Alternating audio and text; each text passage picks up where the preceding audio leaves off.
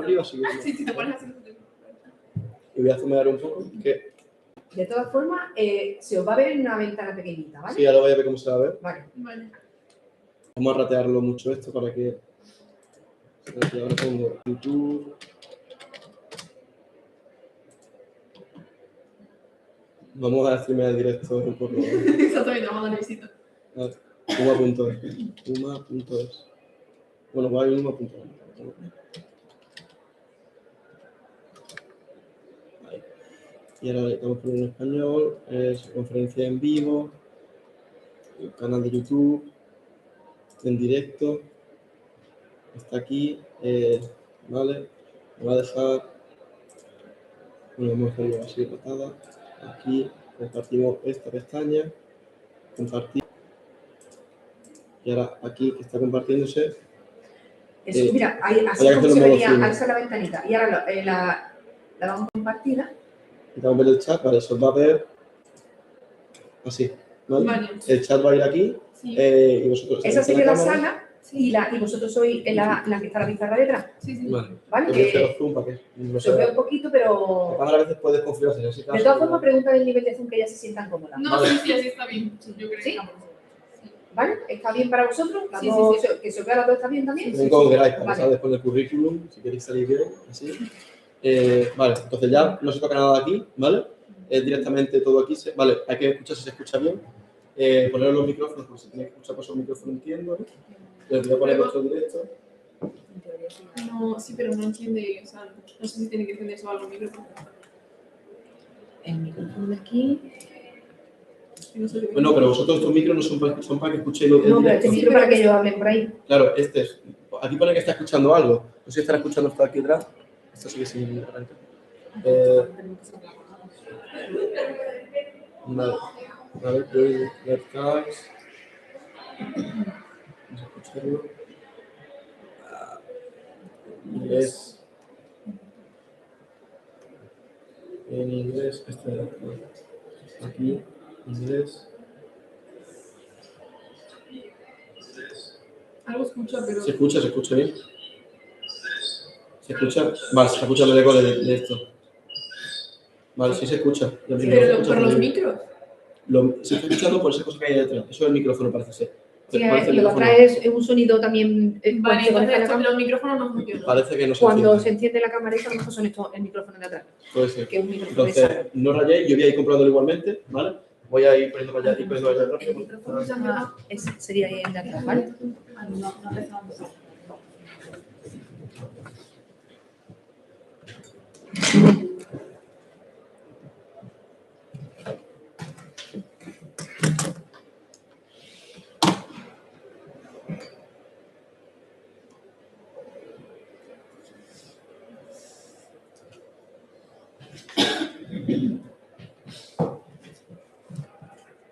Aquí de apoyo, pues si necesitáis, ¿vale?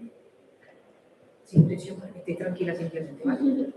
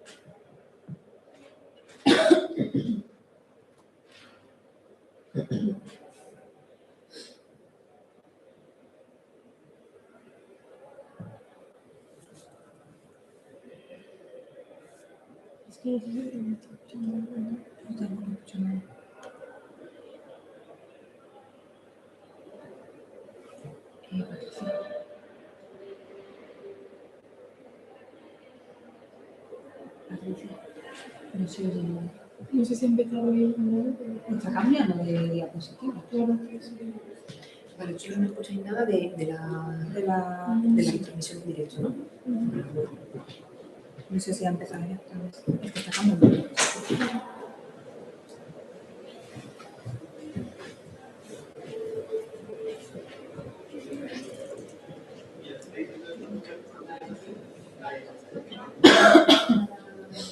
¿Cómo que no escuchas nada? No se escucha nada. Pero no se escucha nada de directo entonces. En el directo no se escucha nada. Es cierto, no se escucha nada de directo. ¿Por qué no se escucha nada? No se escucha. Porque la verdad, ¿sabes? Lo han iniciado sin compartir otros intereses que no se escucha nada del directo original. Eso está por los nuevos de. Necesito la cámara, voy a iniciar una nueva sesión. ¿Allí no? Vale.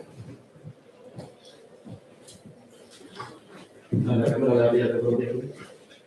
Vamos a quedar aquí esperando y ya la. Sí. Yo voy a saber.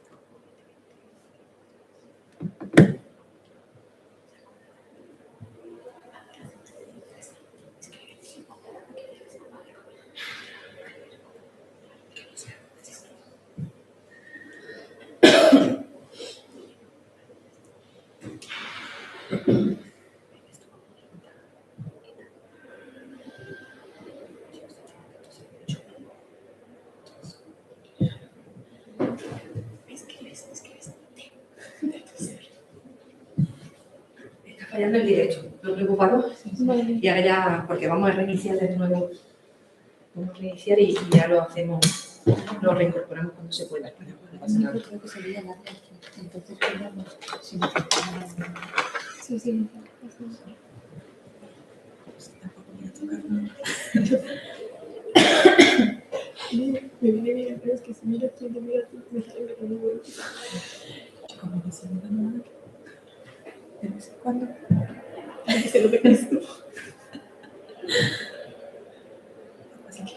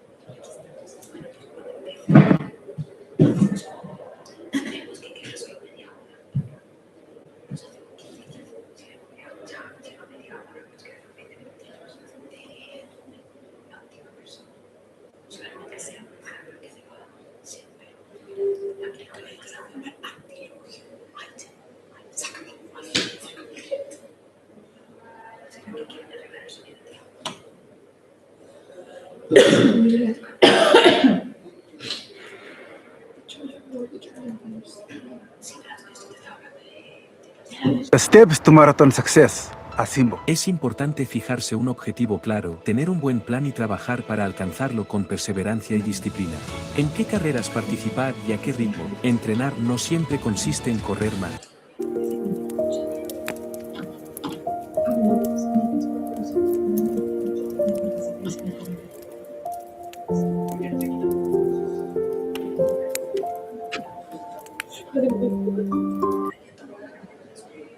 Voy a también a poner esta ahora.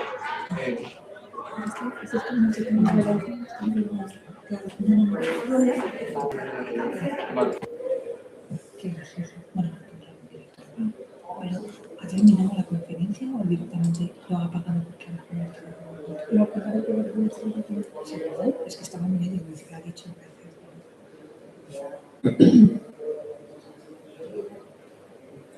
Bueno, pues ahora vamos a empezar literalmente.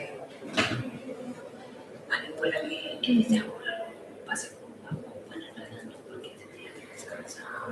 Pero tenemos que dejar a los niños, si no, si no pasa nada. No, ahora te acompaño a comer sorry. Que no se acuerda que abre el último libro, pero si nos iban gratis.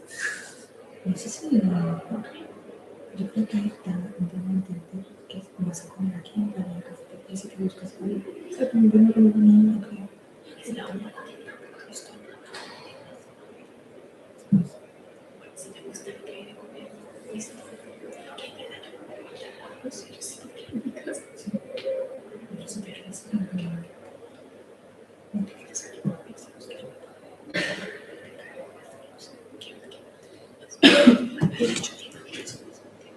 De hecho, por fin ya me llamo. Venimos.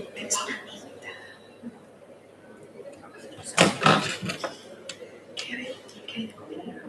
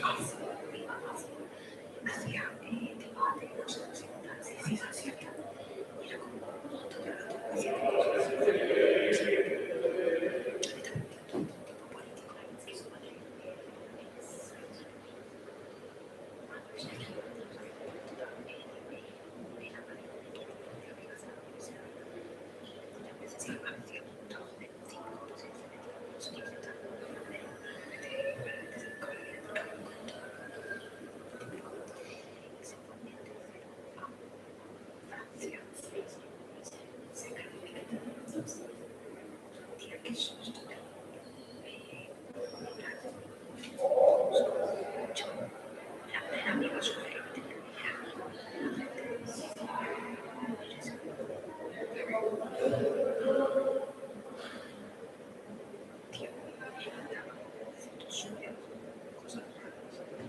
Yo no le contestaba. Aquí ya sí, porque esto era antes.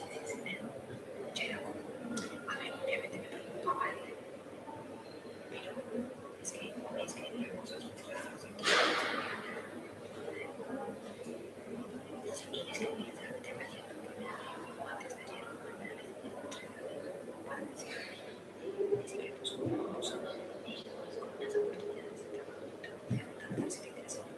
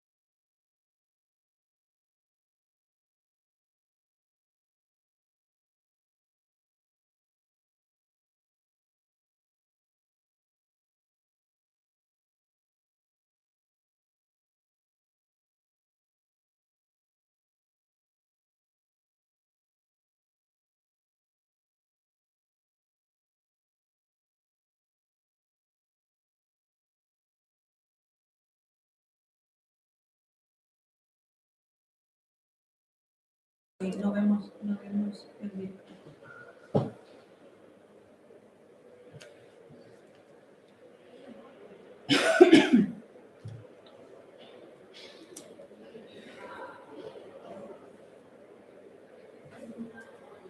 ¿Está escribiendo? Ya está.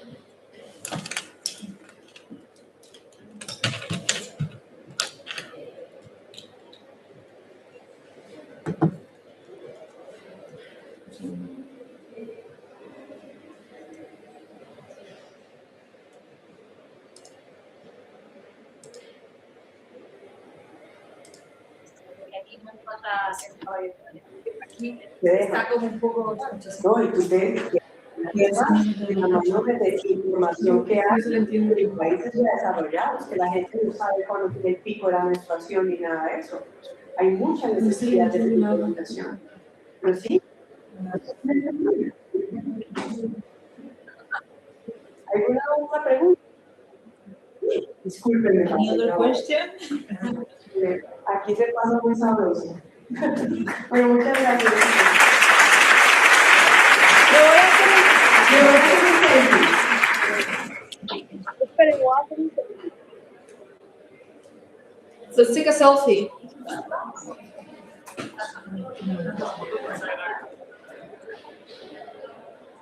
Si es que me da la cámara, ¿no? Esta tecnología. Muchas gracias.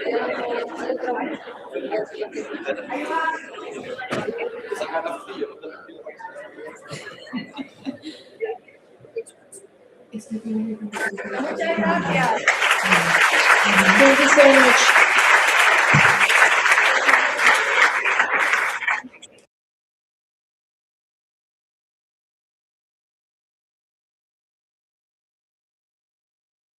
Recomponer el negocio de la animadora que me la pestaña, ya la llevo por el suelo.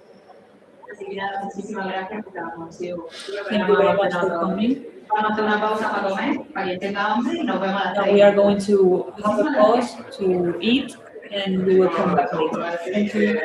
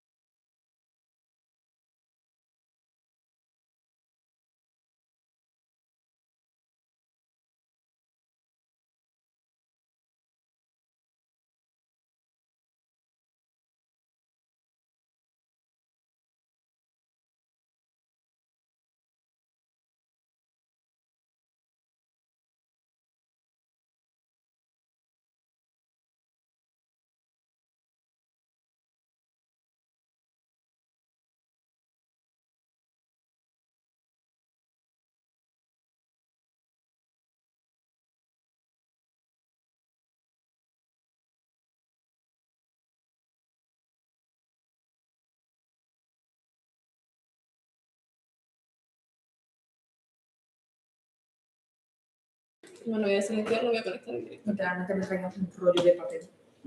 Las rayitas estas. ¿Is that you? Al revés. Ahí. Ahí. Sí, ¿no? Claro, mejor. Lo tienes que poner en pantalla. No sé cómo van a ver un poco al otro lado. No. Ah, no sé. Perfecto. Entonces empiezo.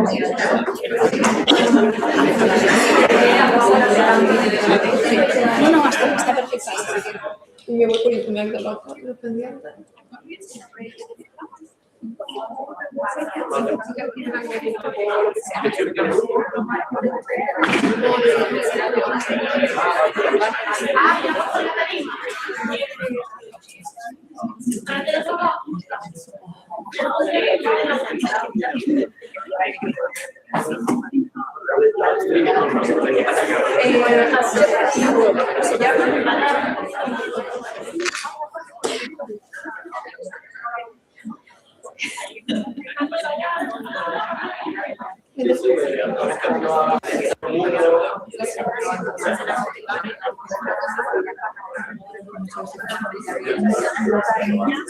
Sí, como te vaya bien, si me cambian de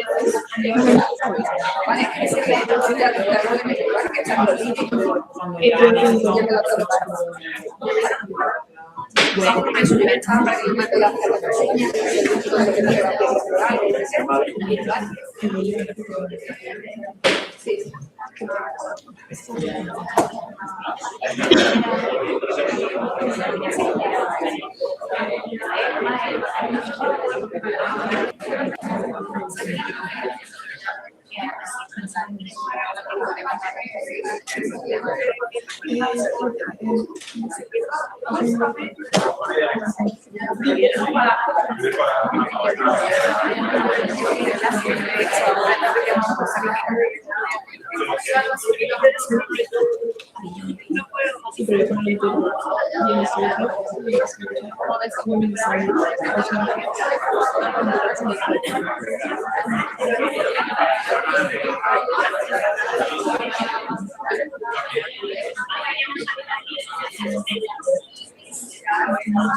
y en el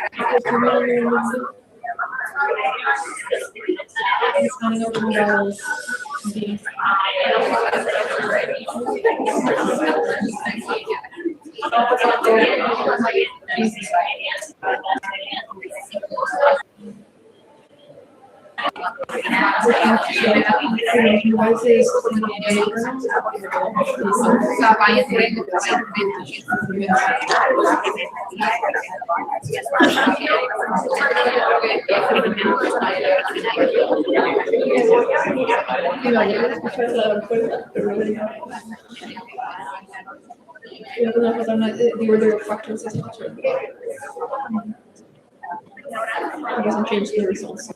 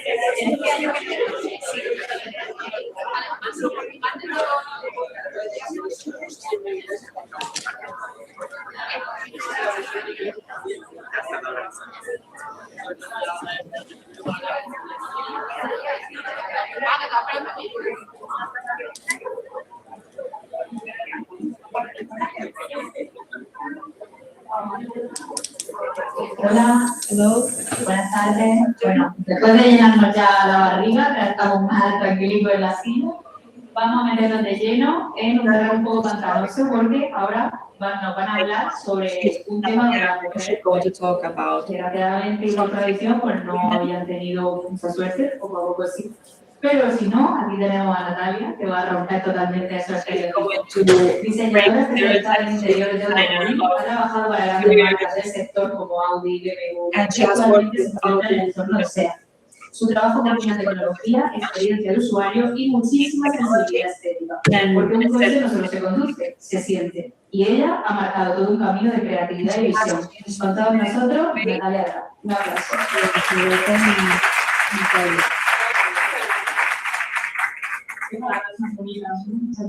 Thank you very much. Pues sí. A ver si entra la presentación.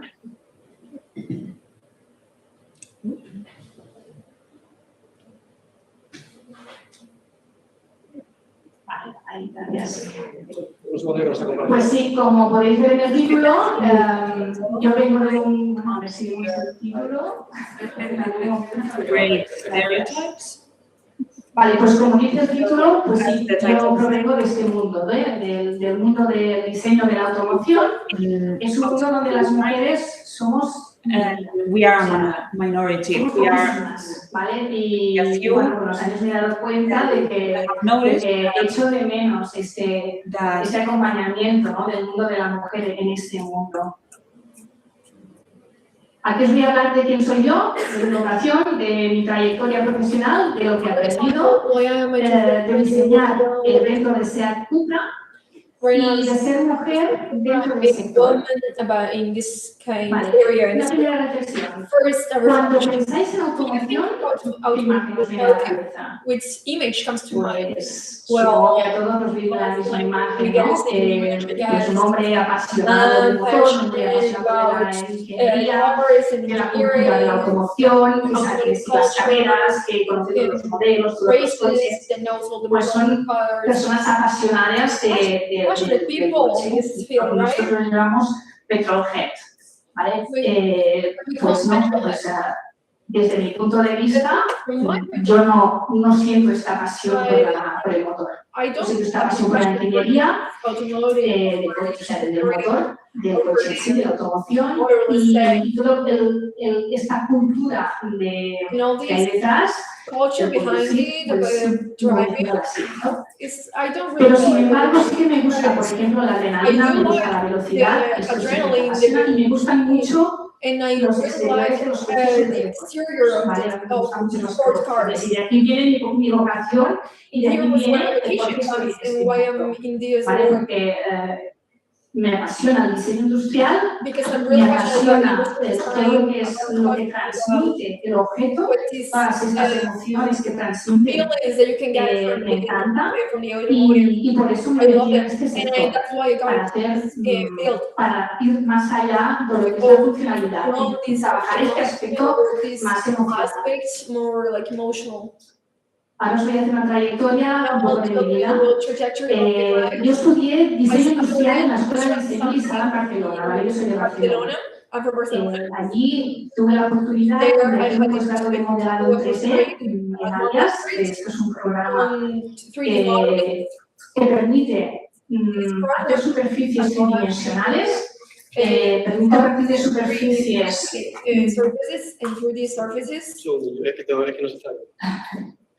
Vale, es un programa, como decía, de Alias, que a partir de superficies tridimensionales pues te da cancha libre a creatividad. O sea, no te quedas con porque yo sabía que utilizaba el AutoCAD y después utilicé el SolidWorks, que es una serie de SolidWorks.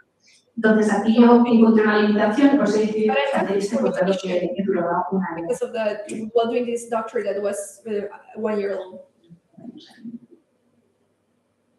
Vale, este fue el primer proyecto que hice, el proyecto que hice relacionado con la automoción, este interior. Este posgrado que decir que nos estaban implantando los profesores que lo daban mediante SEAT, eran profesionales de SEAT, y fue ahí donde tuve mi primer contacto con el mundo de la automoción. La idea era escoger un proyecto que nos dejara diseñarlo y después modelarlo durante todo el año. Entonces, a mí me gustaba en aquel entonces era el año 2000, A mí me gustaba mucho este coche, este SEAT, que es un coche único, el Seat that's really unique. y eso el SEAT Tango. Entonces, So that para este coche me recordaba que era muy deportivo y que tenía unas líneas muy sensuales. Entonces, la idea, pues, ese fue el planteamiento que hice. Es un interior donde había una estructura simétrica que sujetaba unos elementos flotantes, cada uno, pues, el productor tenía una parte de la conducción, ¿no? con este cockpit, con estos elementos de conducción, y en medio había una pantalla donde había una tapa que se volteaba y la quedaba dentro, ¿no? Bueno, esto fue mi primer contacto con el mundo de la automoción. Contact with the automotive field. Después, antes de terminar en Elisaba, tuve la oportunidad de estar 3 meses haciendo prácticas en un estudio muy iluminación, In City Illuminación. Y también hacían producto. And they also did some products. El jefe, el trabajador, tuve la oportunidad de ayudar, a diseñar la empresa de pelo. Hacían productos para peluquería, Some products for hairdressing. poquitas cosas, pero ahí ya empecé a tocar un poco de producto. But that's where I got Después de aquí es que entré en Walmart. I went to Walmart fue la primera empresa donde yo estuve trabajando. company where I was Vale, esta es una empresa de porteros automáticos. Ahí, pues cuando yo entré, empecé a hacer desarrollo de producto.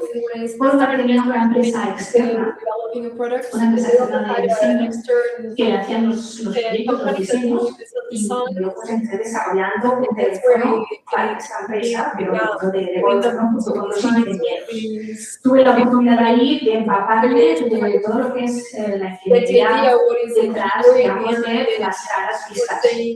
Pues aprendí en plásticos, aprendí los desmoldeos, cómo funcionan los moldes, pues todos los plásticos, el ABS, todo este mundo. Y aquí también os quería lanzar un mensaje de ánimo a las chicas que estáis en el mundo del diseño industrial, porque fue en este momento que yo fui a hablar con mi jefe, en el momento en que se tenía que diseñar un monitor automático, que luego, pues fui a hablar con mi jefe y le dije, oye, mira, si te parece, déjame hacer un par de propuestas y después lo hacen de quieras. La empresa que decida coger las propuestas del diseño externo, pero tenéis un par más de ellas desde mi visión. ¿Vale? Me dio la oportunidad, entonces yo compré una madera de balsa y estuve entregando balsa allí hasta que hacer un par de propuestas. Pues mira, por atreverme, digamos, a insistir a que me dejara la primera oportunidad de estar allí, pues me dieron el proyecto, porque eso es mi proyecto, y pude desarrollar lo que es este proyecto, que era para mí era un auténtico placer poder plasmar lo que yo había pensado, lo que había construido con mis manos, y este portero automático se inspiraba en las olas del mar. Era un volumen que estaba cortado y el volumen este cortado era el teléfono en sí. Este proyecto lo plantea y resulta mucho porque con sus formas sinuosas y humanas, pues miraban a vivir dentro de una hora. Este diseño fue nominado a los premios Delta de Barcelona en 2003 y para mí era un orgullo, ¿no? Haberlo conseguido. Después de aquí, también tengo que decir que aquí suelo contar el posgrado de alias que os he contado y había hecho antes, fue debido a este proyecto, porque yo quería proyectar una forma que con el Solitaire, que estaba aprendiendo en esta empresa, no me lo permitía hacer, ¿vale? Me ponía limitaciones estéticas. Entonces ahí fue cuando fue un día y me mira, tengo que terminar antes porque quiero hacer quiero estudiar un programa que me dé la posibilidad de expandir objetos más complejos, más orgánicos. Y entonces yo que me dio la oportunidad y digo, pues mira, te lo vamos a subvencionar nosotros, ¿no? Otro plus de atrevimiento y de otra puerta más que se ha abierto. Vale, pues, bueno, después de Walmart, me fui a trabajar en una empresa muy pequeña, Afterwards, I went to en work una in empresa muy pequeña, sobre 3 años y medio, a company pero really fast. echaba de menos el hacer producto, And I miss doing some projects, el tocar being desde able producto to touch, being de able plástico, digamos así, a mobiliario, que hacer, to pues hacer furniture. distintas propuestas, ¿no? Por Say, eso you can do me some salió la new, oportunidad, fui a trabajar en social PHP con diseño de hacía producto, hacía mobiliario, to do y some también había un furniture departamento de interiorismo, products. éramos muy pocos, Y ¿vale? we were En el really departamento de quick. interiorismo había más mujeres, There pero were éramos more muy pocos. women, but then we Y la still oportunidad de hacer un grupo de mobiliario que presentamos en la Feria de Valencia. we presented some Y furniture to este, bueno, este orientador, the cuando se abría, pues sacaba más olía mejor y salía más caudal, ¿vale? Aparte de otros proyectos que tampoco he puesto. Os voy a dar un poco un overview de mi trayecto. We had some projects that we did, it was Vale, really, pues aquí fue cuando ya di el paso a la automoción. and that is when I did, I took Vale, this al cabo de un año de estar en project PH5, after a year of being pues I salió la oportunidad, took the vale, opportunity. ya os cuento un poco la historia de cómo I pasó. told you a little bit started El jefe de diseño, aquel entonces de SEAT, in that time, I se said, llamaba Patrick da Silva, ¿vale? Ahora mismo es un referente en diseño. now En he's aquel entonces estaba en SEAT design, but y lo que todos los productos que sacó al mercado, las marcas de SEAT, pues habían gustado muchísimo, tuvieron mucha repercusión. every time I was designing with him, Entonces fue Audi, they were real successful. And therefore, when Audi called le him dije, mira, and queremos told que him hagas un proyecto we de went to Audi A6, tu visión, a project for the Audi de A6, SEAT. Entonces, we él the hizo same vision you had su in proyecto, Seattle. hizo su So visión, he did it. y esa visión gustó tanto The que fue vision was la marca, el estandarte de Audi se convirtió hasta entonces en una calandra, es una calandra muy grande en la parte posterior, pues fue este hombre, que era un visionario que encontró el ADN en aquel momento de lo que tenía que ser Audi. he found the Lo hizo también, le dieron para diseñar for the actuales Audi, SEAT, the new one, so it was a new image for pues el the Audi Nuevo Line, ¿vale? Que era un coche de salón, también tuvo mucho éxito. It was Y really después de este proyecto, pues and ya after this lo llamaron a trabajar a Audi, para ser el he director got artístico de hired in Audi. Audi to be at the same Bueno, pues fue entonces, estoy hecho un parón en mi then after explicación, ¿no? this, Fue entonces cuando él it was se then fue a Audi y se llevó todos sus went to equipos. Audi and got in Se llevó los jefes y se llevó a diseñar, aparte de los diseñadores del equipo. took part of Y the ahí designers pues se creó una And then necesidad, había un there espacio was para ir a some trabajar. space Fue ahí for cuando yo work there aproveché because when y I me took fui también a advantage of Ingolstadt work there siguiendo following pues todos estos all the diseñadores, ¿vale? designers Entonces allí and then yo me quedé en el estudio, había I una oportunidad para estar en el estudio to de be in this paros y pilotos, en el equipo de paros y pilotos, and y designers. allí empecé That's where I started a diseñar, a modelar, mind model con propuestas para Audi de todos tipos, ¿no? O sea, of every kind of diseñé thing. faros y pilotos, pues desde coches de producción a coches Some que for the llamamos production son cars, showcars, que son coches únicos, son coches de salón. and some Se hacen show cars which para are tener una visión de la marca, de lo que la marca, de lo que so the quiere brand en el futuro. can see how the car will be Vale, pues out in the ahí future. estuve también. Hicimos, pues, por And I ejemplo, was hay muchos más, so for example, no puedo puesto todos los ejemplos, pero estuve trabajando pues, en el Audi Project, Audi en la parte del frontal. in the part Era un espiral que contenía todo el LEDs, ¿vale? Y esto daba una forma muy dinámica al coche. Hacíamos proyectos muy divertidos, muy locos, porque también el equipo que venía aquí de faros y pilotos, pues decían, yo me muevo porque quiero pasármelo bien. ¿Vale? Por esa filosofía, pues estábamos innovando muy bien. Ya fue Audi, este momento porque fue la primera que sacó todos los LEDs delante y detrás de las luces, ¿no? Fue la primera marca que yo tuve la oportunidad de trabajar para unas luces posteriores para Lamborghini. Bueno, esto fue una experiencia muy gratificante. Vale, y después de esto mi jefe se fue a trabajar para Volkswagen. siguieron otra vez a Banco y la Silva, que había buscado todo el mundo. La empresa madre de Volkswagen lo reclamó para que fuera a diseñar el Volkswagen. Mi jefe lo siguió de varios minutos y ahí es cuando pensé que quería hacer un cambio. Ya había estado 3 años haciendo piloto, estaba en Alemania. Y bueno, pues también esas cosas que surgen y aproveché. Conocí a una persona pues, que me dijo que había la oportunidad de trabajar en Design Wars, para BMW Design Wars. Este fue mi próximo paso, hice freelance y pues fui a trabajar para Design Wars. Para mí fue un sueño, porque a mí me gustaba la automoción, pero el producto se me hacía mucho. Entonces, entré en el equipo de BMW, de Design Works, y bueno, estuve un año trabajando con ellos, me lo pasé muy bien. Estaba en Múnich, o sea, yo vivía en Ingolstadt, estaba a 80 kilómetros, y ellos... They were in Munich, so it was 80 kilometers away, and I had to work every day. But I had so much fun. Actually, I really liked it. This was a product of Coca-Cola. I did a fridge for them. And then I was also a lot of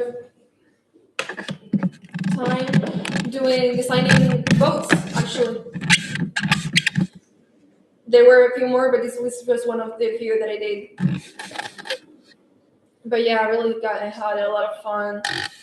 Also with the designing team. But I also want to say that there was a lot of variety in the team of this work. There were a lot of women, a lot of men as well. There were 3 managers. This was 1 woman and 2 men, which for me, this woman, her name is Sonia.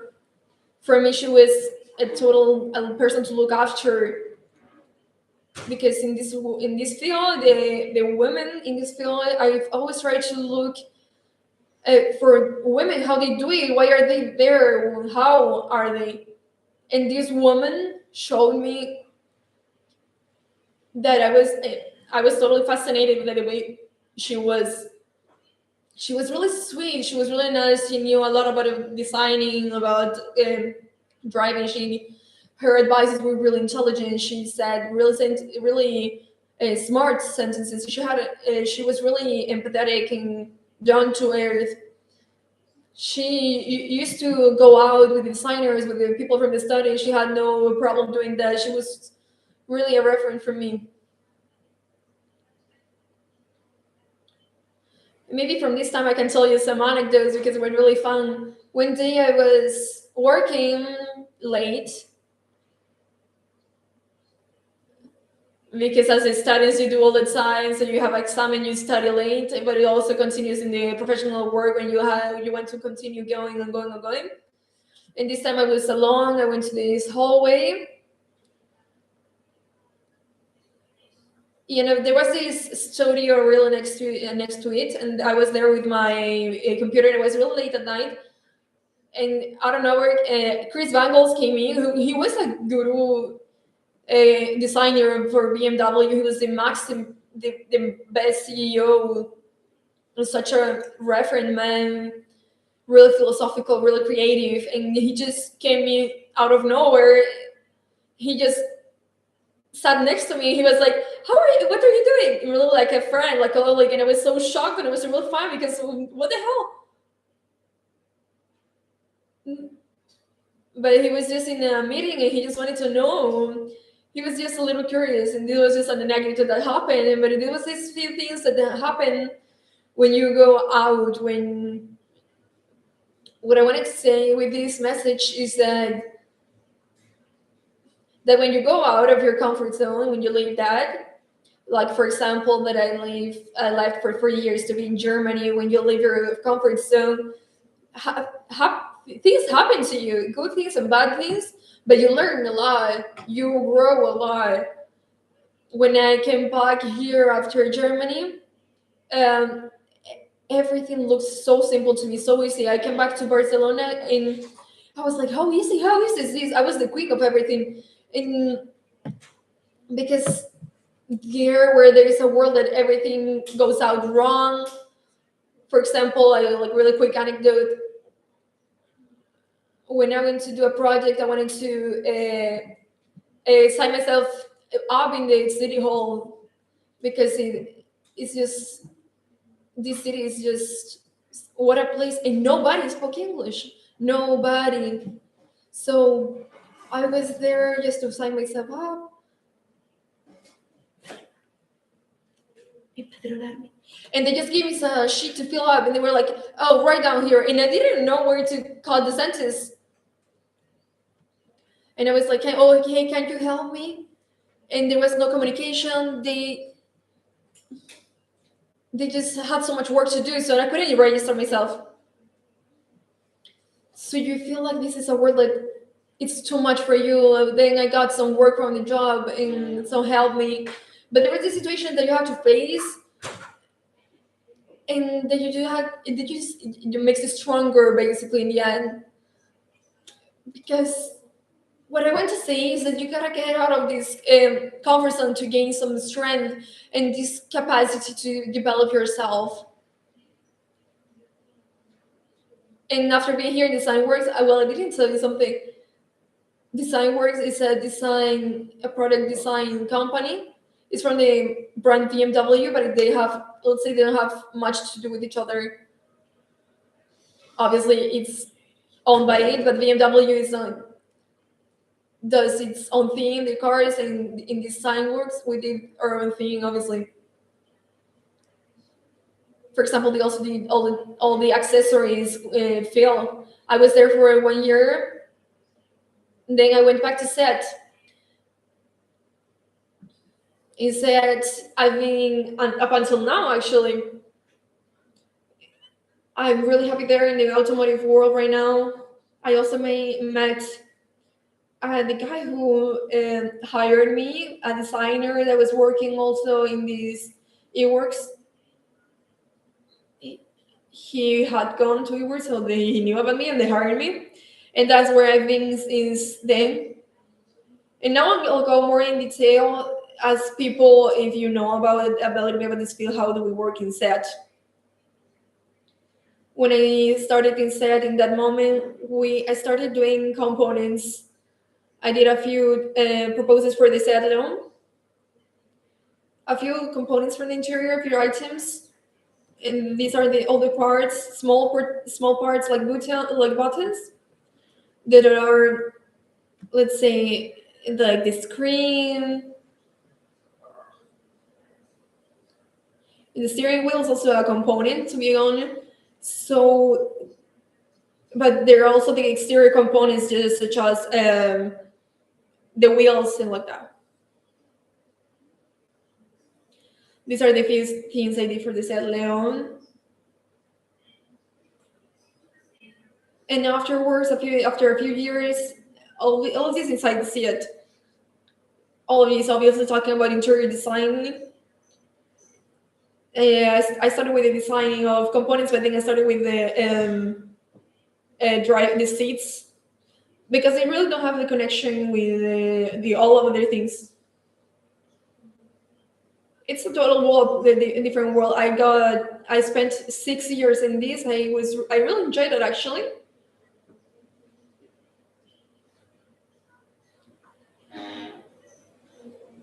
What I really liked in the moment was to do real super sports seats for this really more like sports kind of side. This was the design I did for the Cupra first one. This design is inspired in the competitive seats. It's a really light seat actually. I worked together with the engineer and we developed so that it could be really it would be lighter, so it could be more for competitions, for races. In the back, what you can see in the central part is I was inspired obviously in the Cupra look.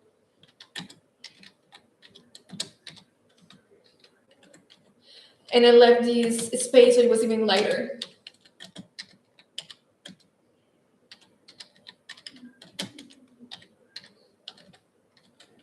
can see, this is the media skit I did at the end, and I really liked it from all the time. It was really liked. It was so liked that it was asked for us to give this seat for other cars as well. Obviously, from here I started to do some kind of architecture, because this architecture we call it interior architecture. What is all the everything that's inside? It's obviously the headrest, but also the back doors, all the roof. We would say the glove compartment. But when we start to design, we do some proposes. This is a propose, for example, that I did for a project.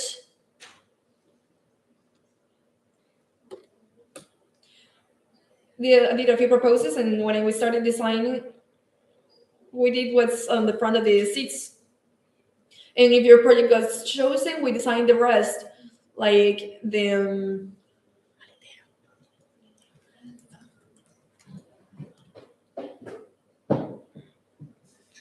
boot, for example. But when we do like a little competition, we are 5 designers in this moment for doing designing in the interior. We are 4 women. I'm sorry, 4 men, and then there's me. There is a component designer and another designer for the seats. And there is a competition. I believe this is a healthy competition, because we help each other. It's a competitive world, yes, but there is also this a friendship. Because if you see a friend doing a proposal, you will tell them, "Oh, I will do it like this," or "I will help you like that." So yeah, other colleagues can help you out as well. See, so you can see here, like in the architecture. Talking more about the Seat Cupra, this is the designer building where we work. It's right next to the Technic Center, and if you can see, all the blueprints. For example, we have an interior patio that we use to design to see the formulas in the natural lighting. Why is it not outside? Why do we in a patio? Because it's confidential. They're really confidential. In design, we work if up for the next 5 years. They have managed to get it down to 3 years in the future, but we cannot risk that someone sees the future in future car, because somebody could copy it. Obviously, this is a lobby, and we are right in the center, in the Technic Center. When you leave this building, you see all the engineers, and then right next to it is the factory. Right down, it's like the factory as well. This is our little jewel, our little treasure. We really like going there. This is a set house.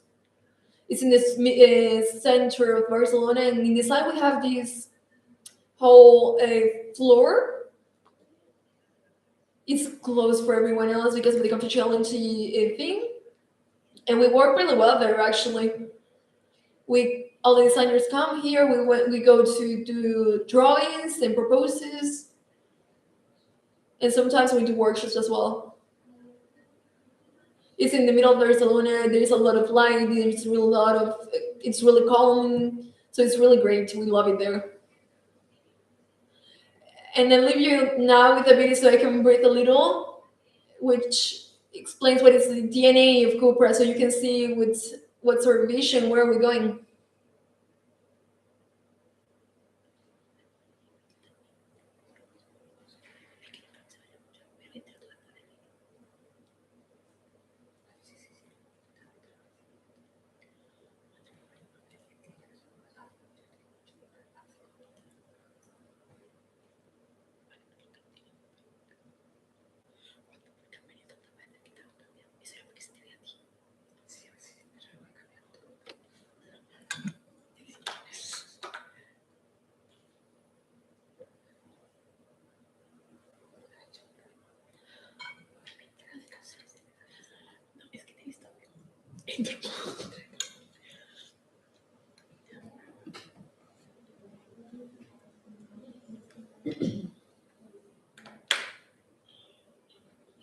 Okay. And now I'm going to explain with more details about our designing process, how we work, if you have any curiosity. And so I'm going to go through the process. And this is a project that I did in the past. And in this project, I am going to show you all that we did, how it went, and how we developed everything. So this is our Cupra, and it was 100% from the brand. It was more athletic style, and its lights are very characteristic. Our Seat don't have the brand. They are really different from the others. When you go out on the street, you know it's a Cupra. And this is our Tamas car, and the interior is like this. The design, in the design, we have many details. We have exterior, interior design, and I'm going to show you later more details about the process, but now I want to talk a little bit about the exterior one. And we have a team that works only for the interior and others that's exclusively for the exterior. They are specialists on these departments. And they work with the electricity fields, and they have to learn about physics and all for the process.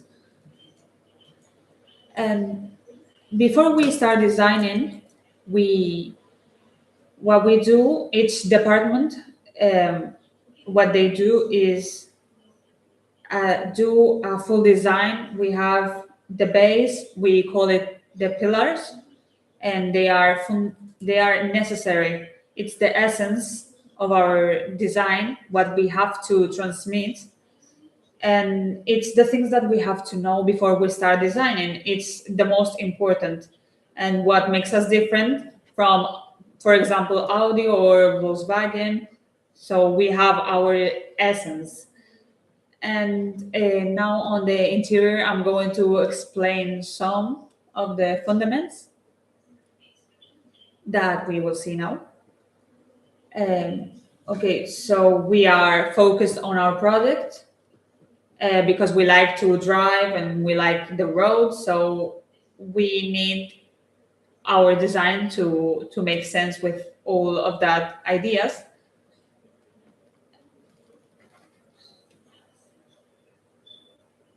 And we have to make sure to take all of this into account. The structure is light. It's really light. It's dynamic, and we have to take all of this into account.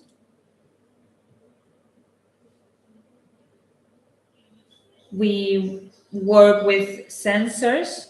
And these are the fundamentals that I already explained. They are seen on the exterior. They are really general. But this structure is something really big, really sensual, where we try to have light lines. We try to work with light as a sensation in the interior. For example, we have a light that gives a really cool vibe, and it's an element that gives you a really warm sensation. And we also have to make sure we get right the details and we do it with passion. We give it importance, and then we go with imagination.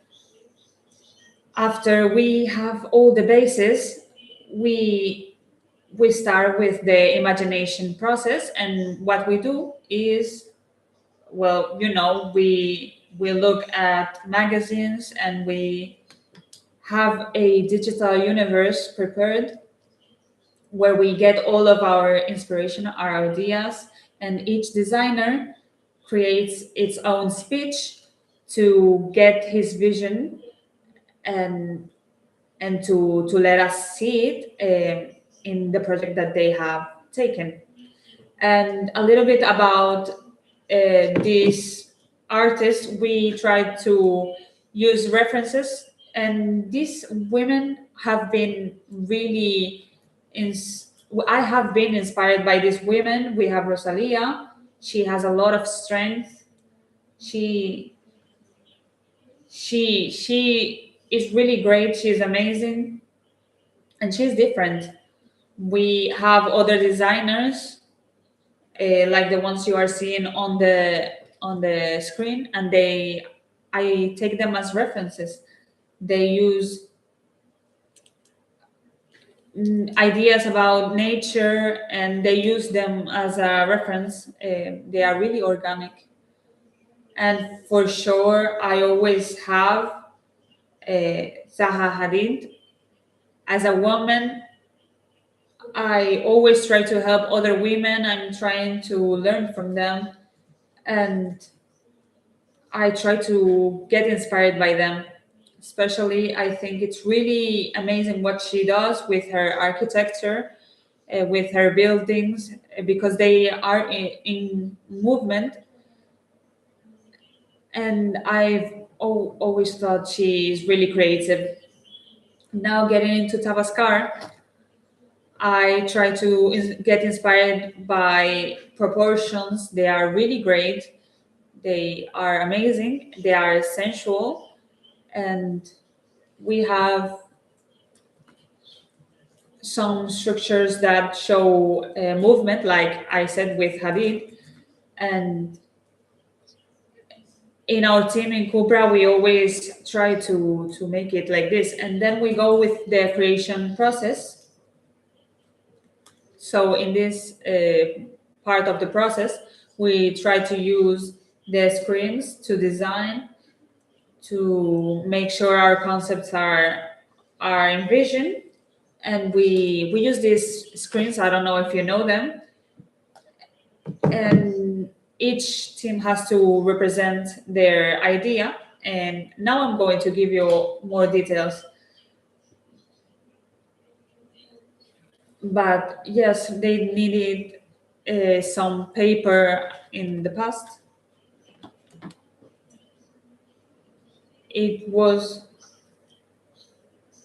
I tried to get also very near to the organic idea. And I don't know if you know it, but nowadays with time, they have organized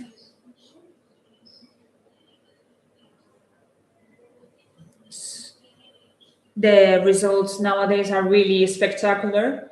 With time, new ideas are coming, and it's really easy to use nowadays, but all the team tries to use it during this process, and we are all using it. It's really easy, really. So sometimes, well, what we use is Photoshop to try to make it more lively. And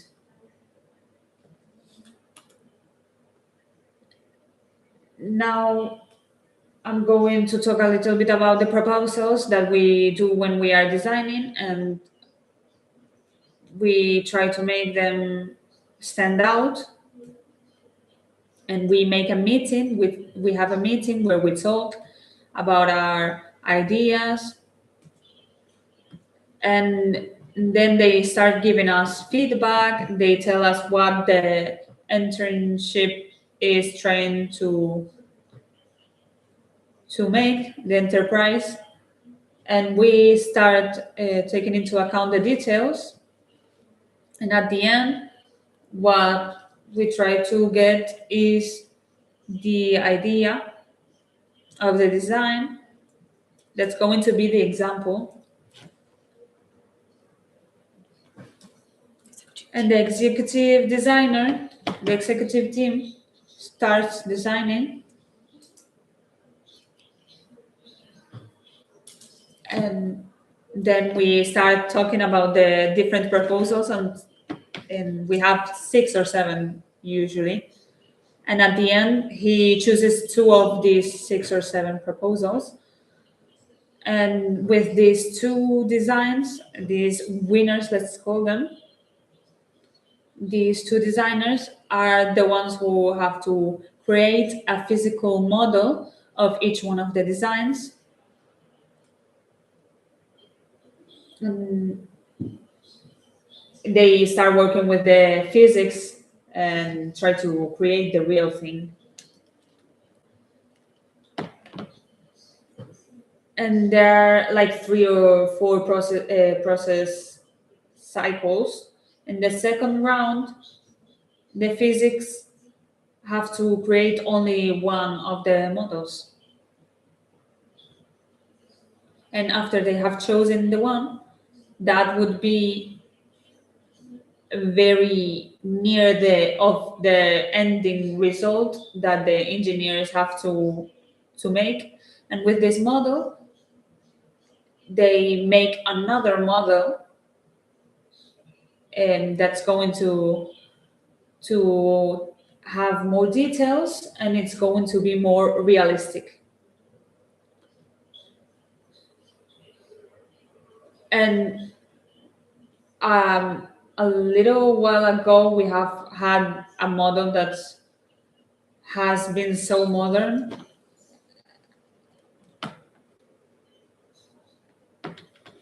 And it's really amazing, all of the things that have been on this new model. But it's really, really crazy. And I was talking about the proposals in the competition. Here we also have the image. You can see the surface. And we have also this side. I really like this. We are seeing a really modern architecture.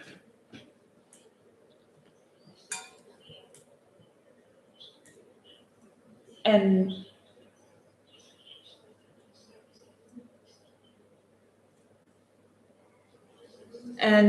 well, here I'm going to show you just a little more about the cars, about this futuristic model. And it's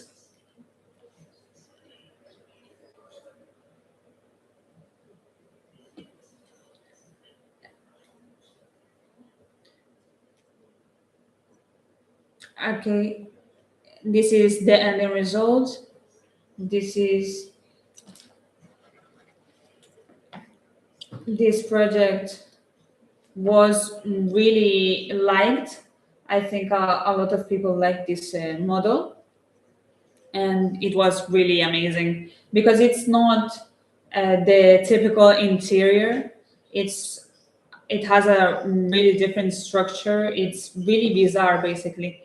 And I thought that we couldn't make it, but because it seems like it's really difficult to make, but we finally did create a product that was really emotional, and it was something that we worked on.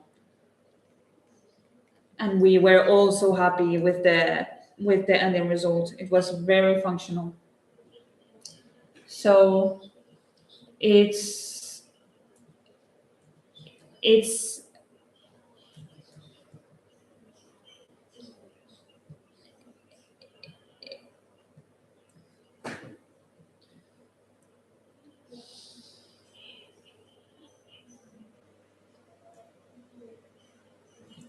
and this is the CAD phase.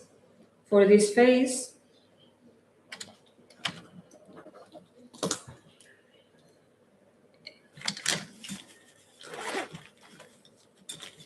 And what you do after choosing the model is here the specialists in CAD, they know about the surface.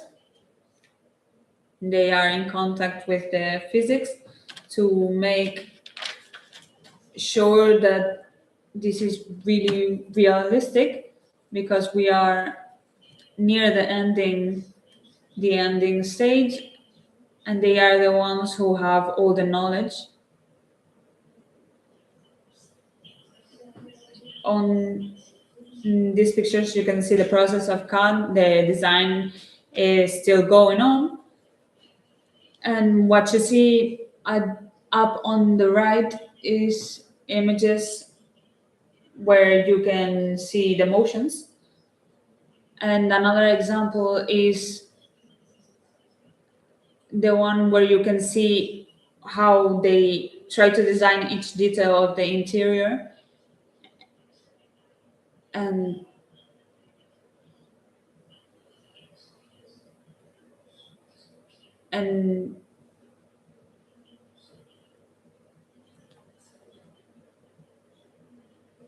here you can see how it can get to the ending result.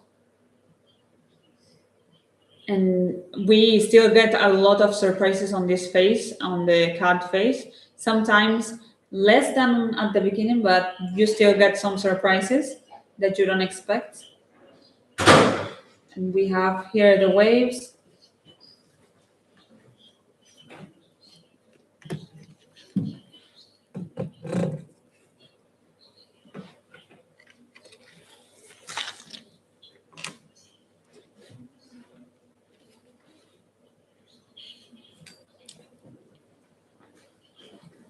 And after we have made the CAD phase, we get to the workshop, which is the physical part.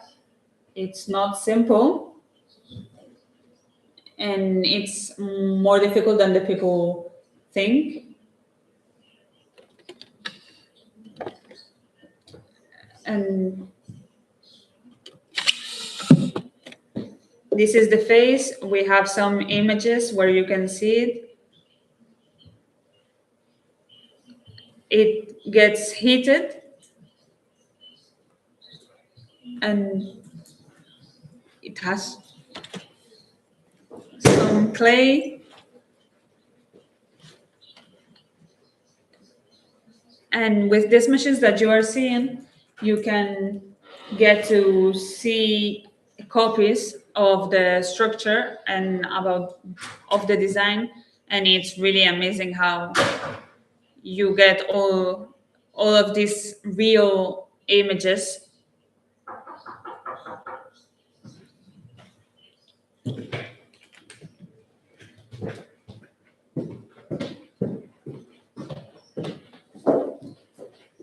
And you get to see it, and you get to think about all the details. And you can say, for example, okay, so here we have to make it a little smaller and here a little bigger. So yes, it's just the little touches, and it's really a cool part of the process. Here we are with the co-workers and the co-designers, and this is part of the process that we saw earlier at the beginning in Tamaskar. And here we are seeing all of the lighting stuff and how to get it right. And it's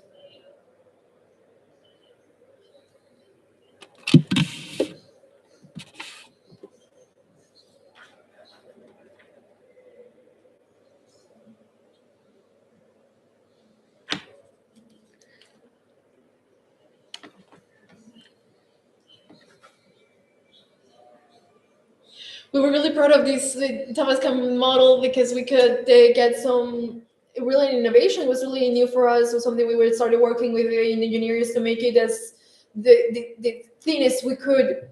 There was this really conversation with engineering. No, at the 40. No, I wanted 20. No, 25. it was a whole. It looked like a central market. Well, sometimes they tell you like, oh, if you want it in this way, you have to do that, and then you have to really talk communication between each of us, because to make things possible. After this step, we get scientific models. These are the ones that they talked to you before that we need in the presentation ones. It's really incredible. They make real models, but the inside is clay that's painted, and they look real. They're real synthetic, and they're sometimes hard foams as well. But obviously, we're here in the to make decisions in this is part of the process, because a CEO can sit down and take some decisions about it. The VR phase. This is a phase that is actually amazing, because since designers can use VR, that we can use it, our proposals to make our proposals in 3D, so we can use the VR. So you can see so much better than just watching it on a screen, obviously. Because we can see obviously the interior with the steering wheel, with the seats, and you put on the glasses in your little inside of it, so that you have just designed, which is amazing to because you can see in 1 second what's not working, what's something you have to change, which is a tool that you have to that works really well. We don't really use it to design, but we do use it to visualize, and it's also it's more economic, right? Because we don't have to make something, we can just see it before actually creating it. This is the visualization department that is also in charge of the VR. Color and trim, I have talked about this before. This is a department that does the upholstery, the finishing touches, all the chromatic things of all the models, about all from the exterior to the interior. Actually, they are also in charge of the lighting, the lights, color, and also this is where, well, you can see here, this is some proofs that they have it themselves, and they're also talking with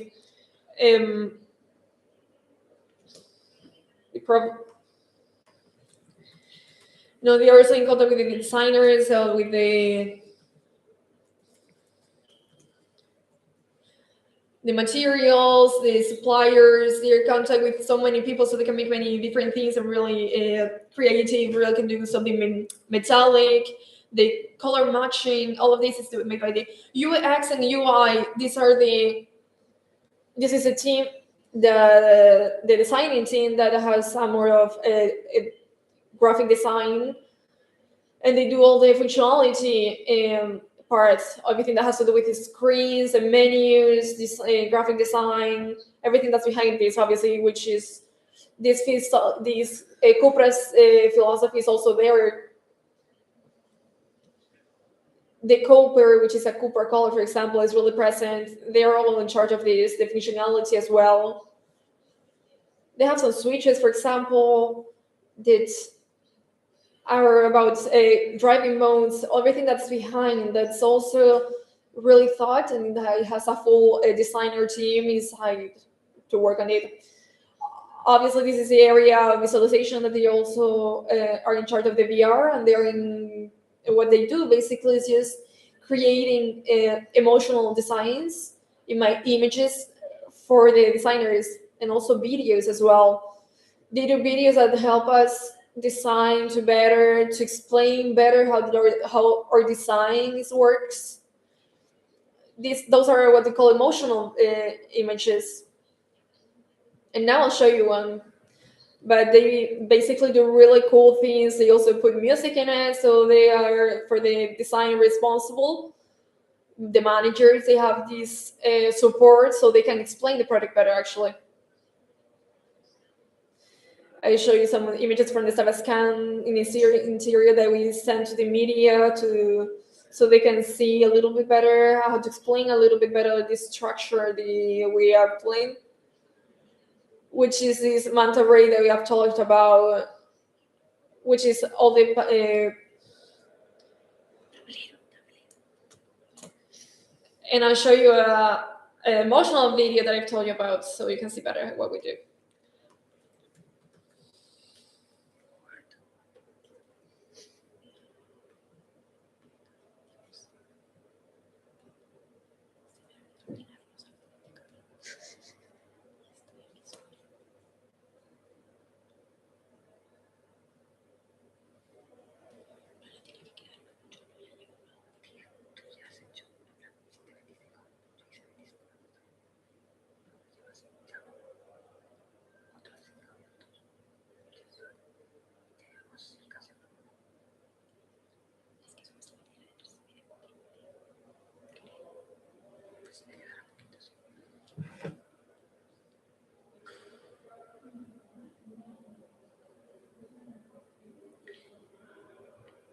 And to finish, we are getting to communication.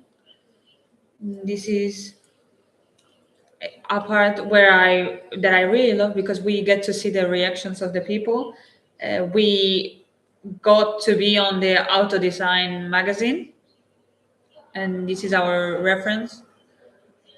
We love to see this type of magazines, and you get to study the models and the images, and it's really beautiful to be part of this through all these years.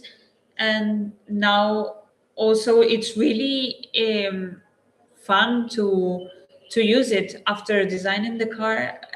Getting to use it is really fun. And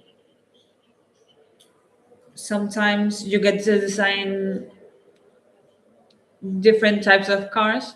And well, basically this is also a picture of our team in SEAT. We are all of these people, and we have, it is a family, and they are really all of them so talented. All of these creative people have created this car. It's not only a project of one person. It's thanks to all of us that we got to be here.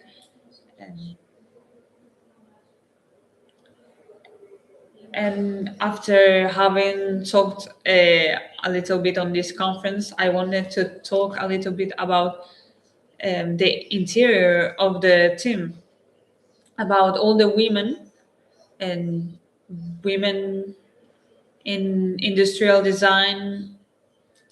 After this, this speech is coming Anna. She is a graphic designer, and if you are interested in design, you have to think about management. It's in Somalia. There, we have always had more women. They usually do the color matching, all of the parts of the coloring. We here in Seattle, we always have 50%. This is, for example, Francesca Sangali. She's the boss,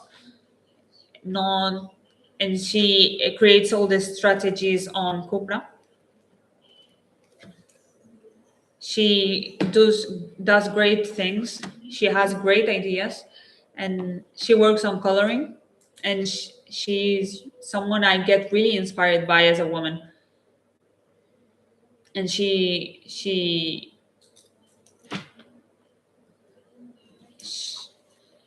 is a referent. And she has talked about the future. She is the future about using different textures. She is really innovative. And she works with textures that get to be mixed. And she gives a lot of character to Cupra in general, to the team. And you know, this project, this line of projects, she has given a lot to it. Cupra is really animal. It is emotional. It's mysterious, and all of these ideas come from her. Okay, here I have given you a percentage of the women that are here in the technical center. We are 19.5%. And how many designers do you think there are in designing? 16.4. We are less. So yes, my message is basically to talk about this, talk about how Cupra really has a conscience about this. They are trying to get women to work on the manufacture, on the automotive manufacture, and it's trying to create a space for all of us women. It's not a free space. It's encouraging us to get in this space. And now you will be thinking about internships, right? How to get in this field, automotive field. So each day you have to think that this is a really small world. It's really competitive. And yes, it's really technical, it's really competitive. And then each day we get a lot of curriculums from a lot of universities. And what he did was get all the CVs and all the portfolios, and he made a vote with all of us, with all of these portfolios, and made us choose which ones we liked the most. And the winner got to come here and do the interview. But we have to say that you get to be here basically because of talent. It's talent what we really search for. We are searching for people who have something special. And with all of these portfolios, women are really a few. And so I'm trying to make you and encourage you to give us portfolios. And we are getting more portfolios by women lately. So I'm really happy for that. And on the last vote that we did, we got to see a lot of talent. It was really cool, everything we saw. And I had the opportunity and the privilege to find some women to work with us. And they have been with me since September till now. But what these interns do is basically come to the project, and they get to do some introduction projects, and we teach them a lot. They get to do the personal project and also the introduction project, and it was basically incredible. We saw not only talent, but we got to see really cool things. And yes, and we also really loved her attitude. And she got really well, very well with the team, the whole team. And this is what we were searching for. It doesn't have to be perfect. It's difficult to be perfect, but a lot of it has to do with the attitude. And yes, it was really great to work with her, and at the end she got to work with us. So yes, it was really cool, all of the things she did. Everything has to be Cupra. Cupra was a place where we had new emotions, and it was really difficult.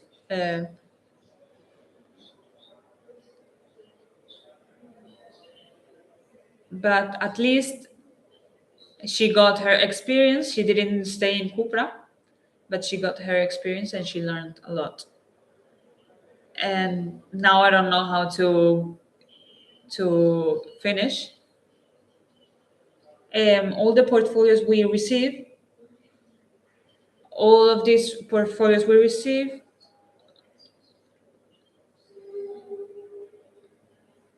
are from many places around the world. We get from Sweden, we get from here in Valencia, we get from a lot of places. And sometimes these interns also get to learn about exterior designing. And we try to find the diversity.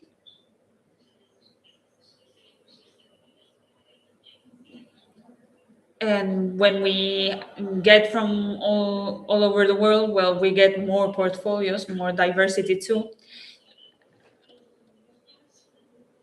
And I have to say that this work is really passionate. We are searching for talent, and talent doesn't have a gender, and that's the message I really wanted to give. The talent is from everyone, and that's it. I wanted to show you and finish with this image. When I started my experience on designing,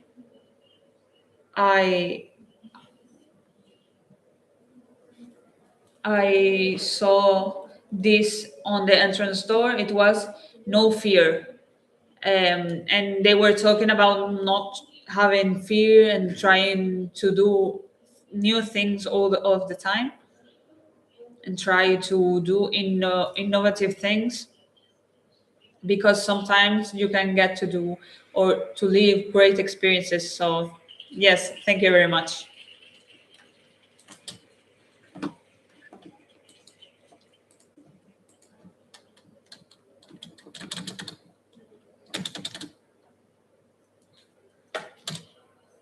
You can make a couple of questions if you want to. I wanted to ask about the portfolio. Do we get to put our work from school, or what are the things that really capture your attention? Yeah, that's a great question. What we try to find on the portfolios are the sketches that you make. Those ideas show us how you think, how you develop an idea, and that's where we can see what is the way you think. And more than your experience, we like to see the sketches. Yes, it really helps us to see how that person thinks and creates, and that's what really attracts and captures our attention.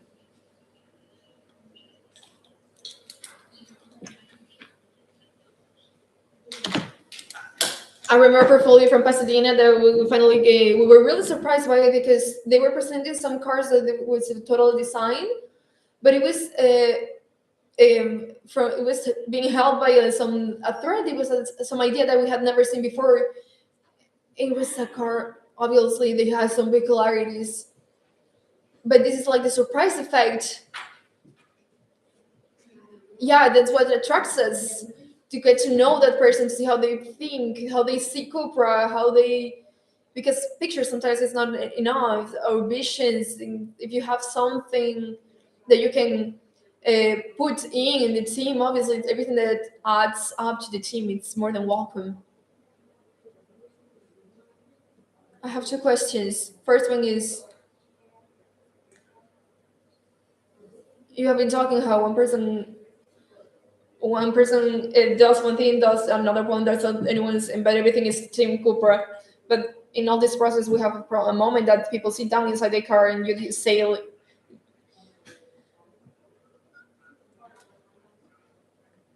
But between all these people that there is there, there are things that are really different from different fields. How some do this, some do the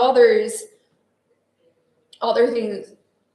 But someone has to tell you to put that screen there, and you don't decide that. So how someone has to be directing everything, right? But who is the one that checks up on everything, that has a conducting thread between all of the different teams? It's a really big team, really. The one who decides to put this screen here and not there. It comes from the techniques, actually, the position of the screen, for example. We're around 1,300 people working on all this. But yeah, we wait to someone to tell us, oh, there has to be a screen here. It has to be a 12, 15 screen. We don't know that at the beginning. They tell us that this is the position of the screen, but we'll see later how this goes. There are conditions. There are some conditions that we'll see. There are technical boundaries, let's say, but they don't condition the design, because we can add up a design screen later on, because it's okay.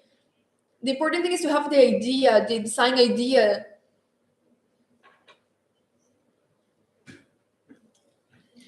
This comes from the designer, and the designer is the one that has the idea. We have documented everyone that the designer and they are the design. Let's go this way. That's too much. Let's go this way. Let's go that way. And they give you feedback little by little. With this your project, you go changing it little by little.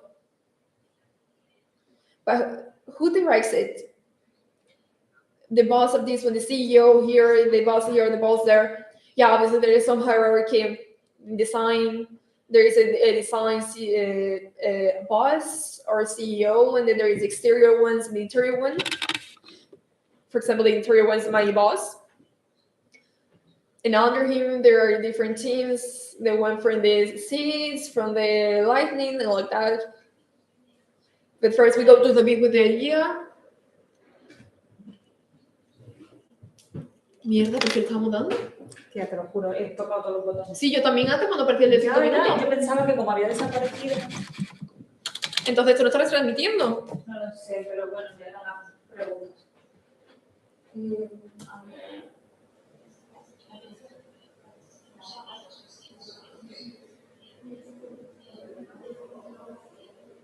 Sí. We have a meeting with someone.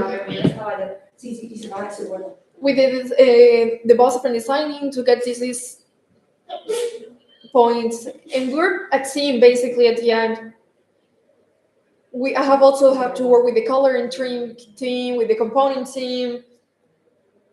It's a really close up work between each other, because designing a part, that's an element, a really sports element, and we're going to do something that I have to communicate with someone, and I have to tell them, oh, I want to do it in a more sportive way. But there is some changes to be done, some things to be taught. Egos don't work here in this field. You just want to do an amazing project. Is everyone's will to do better things, to emotion people with the things we do. And there is suddenly some encouragement inside. Each boss has their own vision, obviously, but we always try to find a middle point. So it's the best thing for the product. When we have this clear and defined, we present it to the executive board. And with the design, they decide the definitive, and they make choices, make decisions. They take decisions. They make some budget decisions as well. There are so many things to take into account. Also, in these meetings, there are the representative from each team. For example, there is a marketing one, the components one team, all of them working there. Yeah, but obviously there's also buying and selling and finances that without the design you cannot do. It depends, obviously. I wanted to make a reflection. Because the three talkers that we have told is that we all have left Spain. We went outside. You went to Germany for 4 years. Our colleague went to New York. You never stop learning. You have to continue learning all the way, even when you are still in the market for a job. You have to continue. You have to continue your education. The university studies are just a minimal part of what you have to learn. And everything that you learn, you can learn it by working and working. You start from the very bottom. It's the way, the path that finally tells you what you want to do, where you want to go, and the way you get to learn so much more. And because I'm really sorry, but people today they're really lazy. They're really with their phones, and they're really in their comfort zone, in their lives. And you have to go outside. You have to try and now you have the opportunities and a lot of support and energy. If you don't do it now, then later it's going to be really difficult. I don't think it's going to work. So I really like that the three of us, were really powerful and looking for trying our best, trying for our own, right? It's just trying, having the courage to do things, and sometimes it's a little bit too big and you see them and you can be scared, but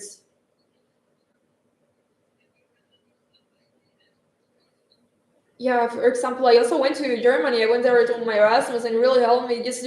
Yeah, exactly. Just go outside and learn. It wakes you up, honestly, living and trying to do things. Pero eso está entendido. Me, for example, I'm a really shy person, and it's really hard for me to take this step. But sometimes for me, it works better the thing to have done it than to stay on thinking, oh, I should have done that. So we have to break this barrier and continue learning and continue our education. And I agree 100% is that we need more knowledge. We cannot stop learning.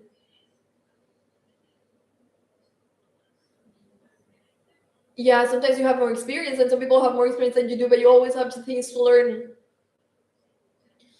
All the designing team have something to learn, and we are always keep on going with this. The designing team is also really important. You have to draw. You have to draw. It's a little bit frustrating, but you cannot stop you drawing, and that's it.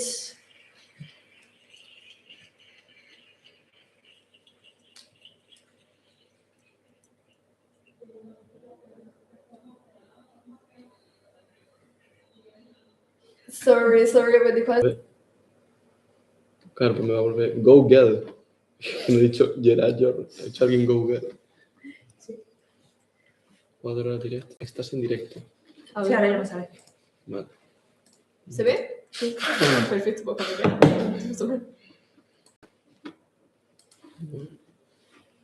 Uy, pero vamos como un poco retraso, pero bueno.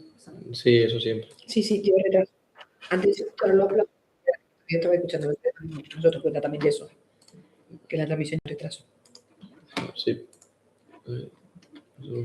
Casi 20 segundos, 20 minutos, ¿verdad? Sí, por eso. Cuando se suman las dos, sí, tendrá como 10 porque segundos. Va uno con la conexión y el segunda conexión. Claro.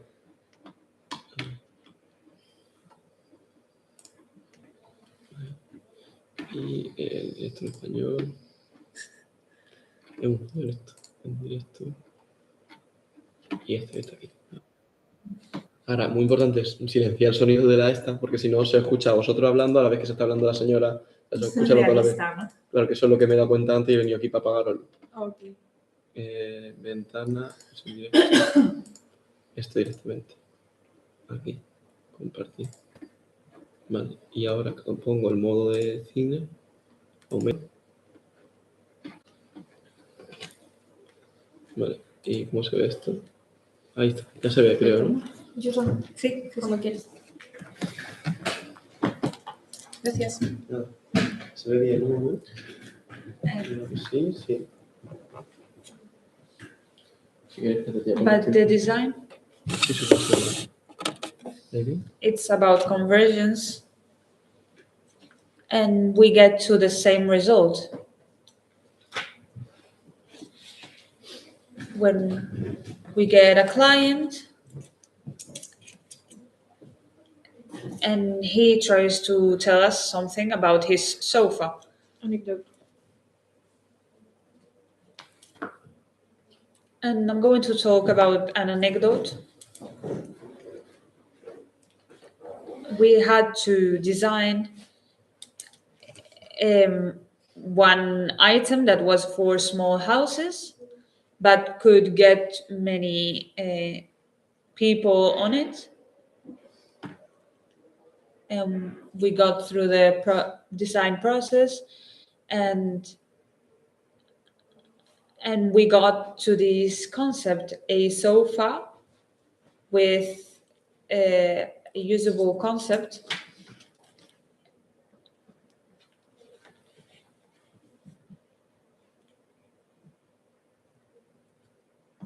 This professor got to me. He told me, "I have a proposal, and I need your sofa." And I was, wow. My idea gets stolen. I have no time. It happens. It happens to everyone. Since then, this process, I just realized that I have to change radical. Realize that if you, from here, from a university, has gotten to the same conclusion to a person that was in Italy and they had to solve a problem and has gotten to the same solution as you, maybe you didn't do it that bad, actually. And when you realize that, you get a little bit less of this ego, of this my idea, whatever. We have all said that ego is not compatible with designing. Mixing this up is normal, you're going to find it. And it's totally okay. There is a lot of people designing. There will be more opportunities. To design, you need to understand. I would say that maybe the most important part of the designing process is to ask, but to ask a lot. Because when you have everything clear, you design better. You have to ask, observe, and then creativity will come into place. Because we all know that designing is not a linear work, not a linear path. We are going up and down, good times and bad times. But if we ask, we'll probably get a shortcut in this map.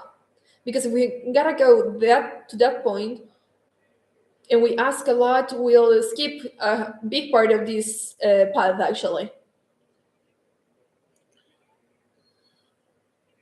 I think this is totally dead.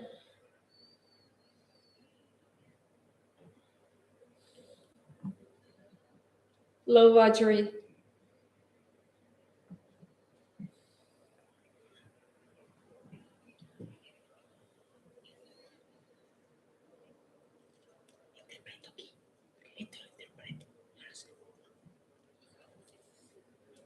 We are having some technical issues.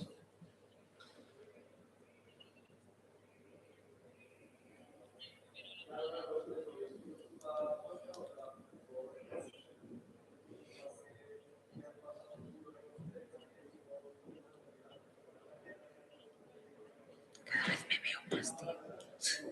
Gente que tengo bien mal que literal. Y tú, ¿no me estás entendiendo?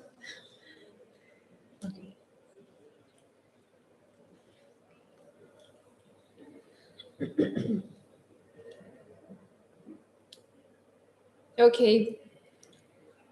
We'll try to solve this in the meantime. Okay, as I was saying, that asking sometimes we think we are too much.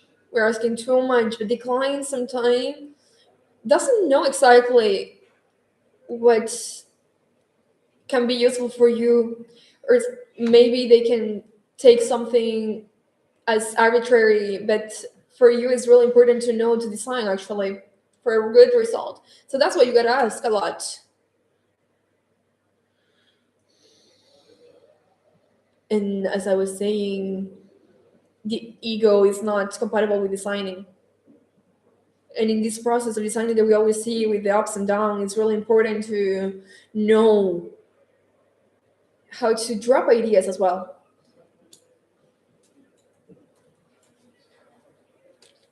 Because I think sometimes it happens when we start and we're in the university, we have something happens to us, and that's that we fall in love with our own ideas and we fall in love way too much. And this is a really bad thing in designing actually,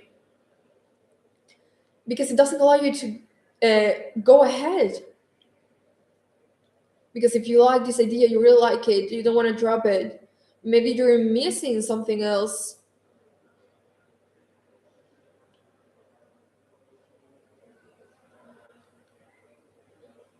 And that was all the talk. And I wanted to say I'm really proud for everything you have prepared, everything you have set up.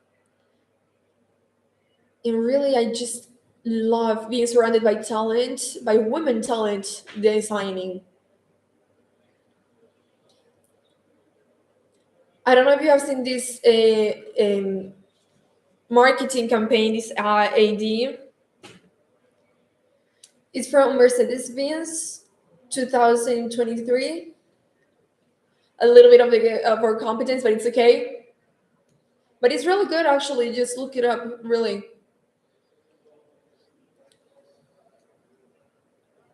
What if we didn't have to be exceptionals because we're too many? I just wish that's what I would like that they were. There are a lot of us as women, and we encourage each other. In math, the order of factors doesn't alter the product, but in design, in the industrial design, it does. Thank you so much.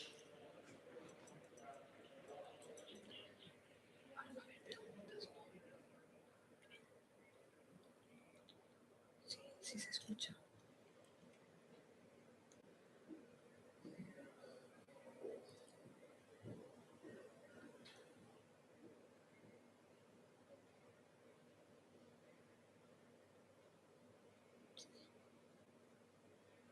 I would like for you to share if you have ever had a product that you have created that has really stuck with you. Um, I think I forgot to say it, but at the beginning, I had some references that nowadays are not there. And I think many of my coworkers or students that studied with me, we had the same feeling about how men always had everything and we didn't have anything. But it wasn't because of that, it was because we didn't have any reference as women, and we are trying to rewrite this part of the story history.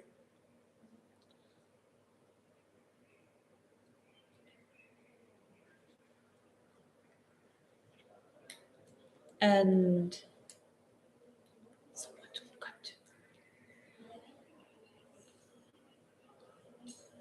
and the picture I showed earlier, it was something I wanted you to see. It's a pity, but it seems like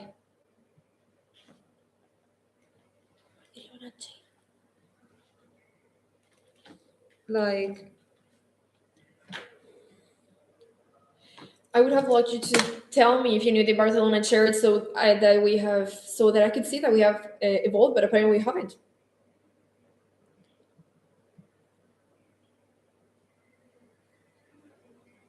When you work in a study design, in the design studies, the other projects are from really different fields, and at least in our terms, that each client has this thing of you having to really look into them, this exciting part that when you really have to get into that world in that field. So do a lot of research for them. So sometimes when you have to, in the pharmacy department, I'll show you a project in a moment. It comes deeper to me because my parents are from are in the doctor's side, but they're harder. They have this component, this emotional component, but it makes you feel better afterwards, actually.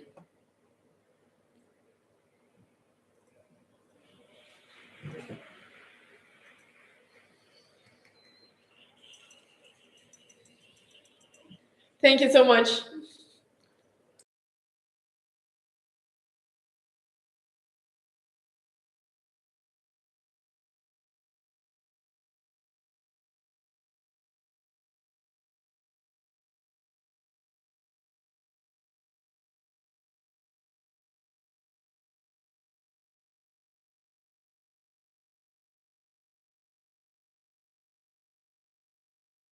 We have not only listened to amazing trajectories, but real women and people with doubts, dreams, and fear of not being up to the challenge, but they continued. And we have seen this not only in design, but in really different parts of the world. We have talked about social impact, strategy, products, but we have talked about possibilities most of all, and that you can do it. There's space, there is talent. If there is talent, there is no gender. You only need the visibility. But if you get out of here today saying I also want to be there, then this event has made it a thing. So thank you so much for listening, for being here, and for being a part of this beautiful energy that has been made today. Thank you so much.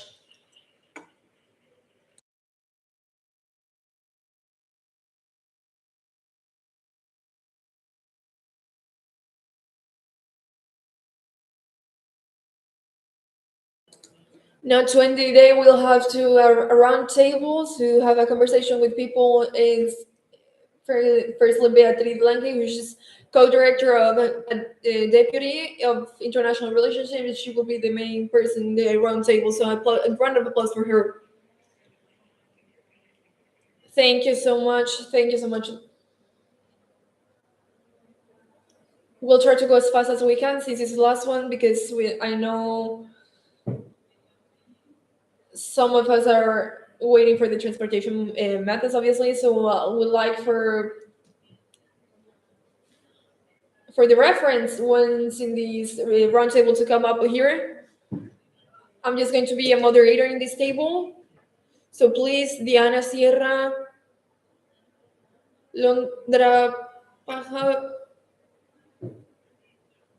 Claudia as well, which is around here, and from this, Sophia Mena from the student side, Rosa Ocaña, please.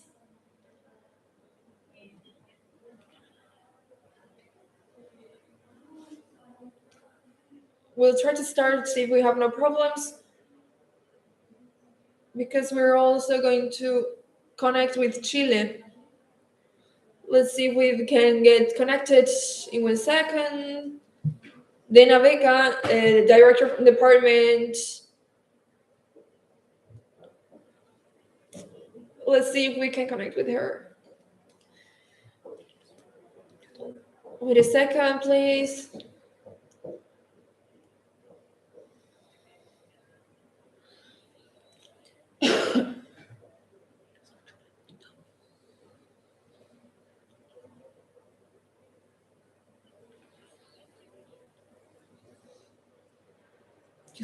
Es que, ¿cómo había pasado una la Ya. Es que esa es la cosa. The role of bringing and design industry design. Trajectory. Okay. The role, papeles del role. Disappears. Challenges and transformations. Voy a poner esto para acá porque ya.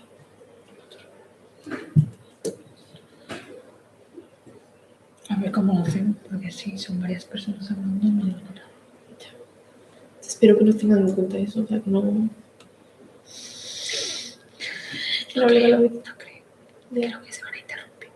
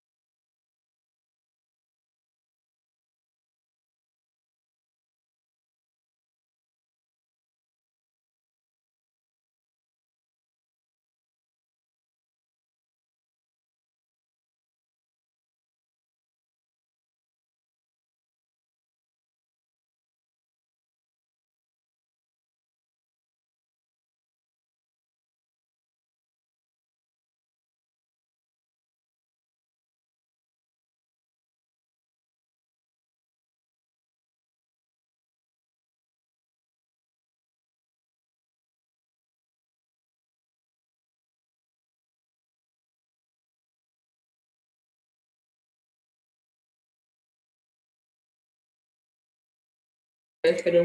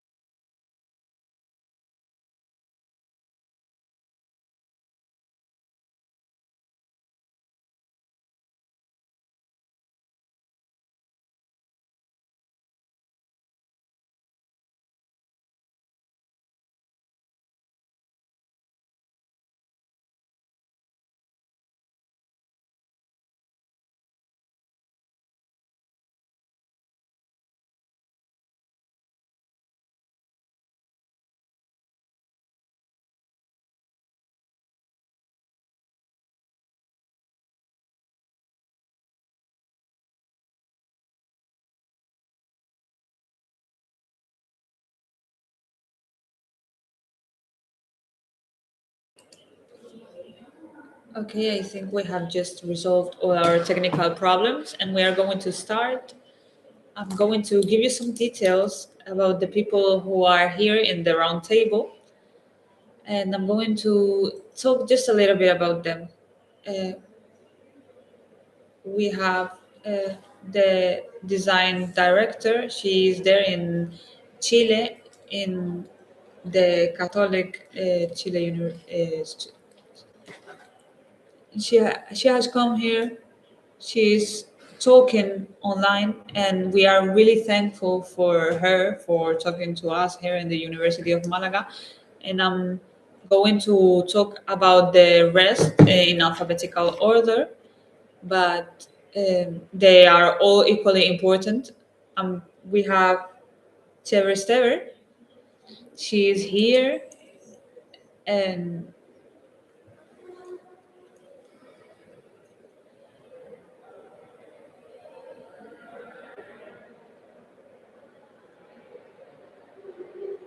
and she's the director, and she has been coordinator of the Master in Industrial Design, and she has worked also in Madrid. And the importance that earlier Emma told, and we saw on the rest of the speakers, it's their work with other countries, and we have here someone who has worked in the Asian countries.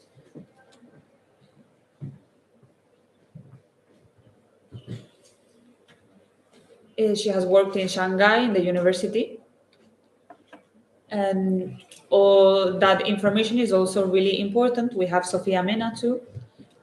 Sofia, she is there, and she is a student. She is on her last year in engineering and design, and she can give us a new image in this round table because she has given us some generational point of view, and she finished her thesis on designing in Bilbao. And well, she has done some internships with L'Oreal in Madrid, and she has just come here to talk while she's doing those internships in Madrid. And she's going to show us a little bit about her professional background. So thank you very much for coming. We have also Rosa. Rosa is a teacher in the Engineering and Industrial Design University. And she's also in a innovation course, and she is thinking always about diversity and women in engineering, and her image in design is also really important. She takes a lot of importance on eco packaging, and she will give us a really interesting point of view. We have Don Lavandas. She comes from the University Politecnica of Cartagena, and she has a lot of knowledge too in engineering design, and she can give us a lot of interesting facts about this.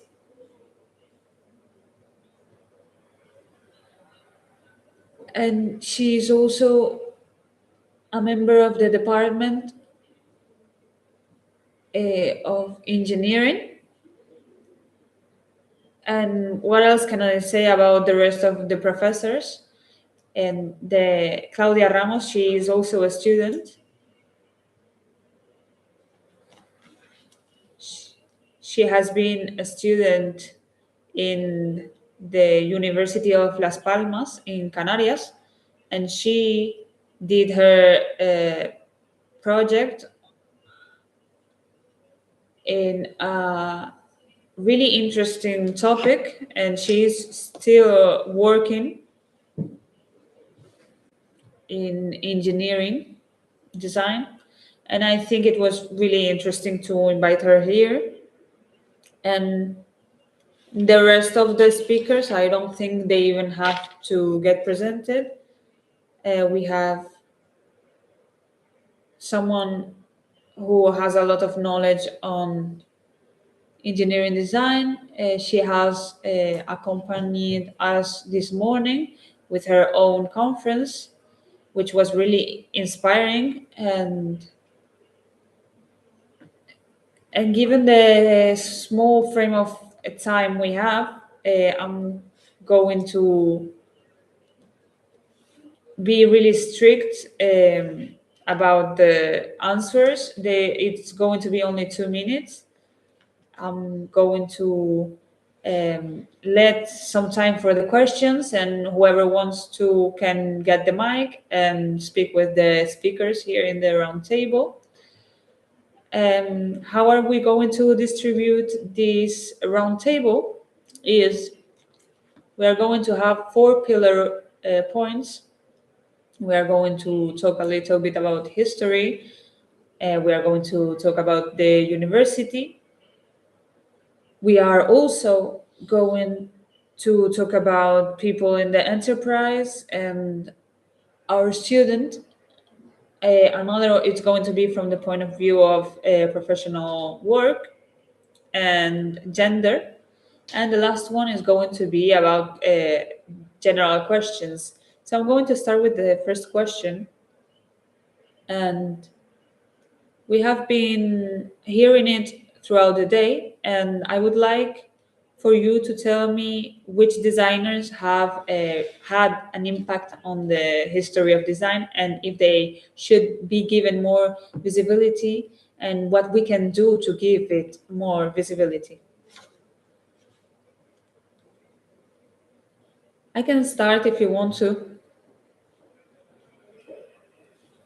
As my friend Anna has said before, when I was studying basically the last century, I don't think there was any reference. So I'm really happy to see that nowadays with new technologies and with all the information that we get, we can have new reference, and we have had some reference. And I think our students have someone to see and to look up to. So they haven't been as visible as we would have liked, but nowadays I think that's changing. Thank you very much, Lola. Someone else who wants to participate on this question? I'm going to go a little bit far so you can get all the attention. Okay, I wanted to talk about Jane Norris. Maybe you know her for the chakras.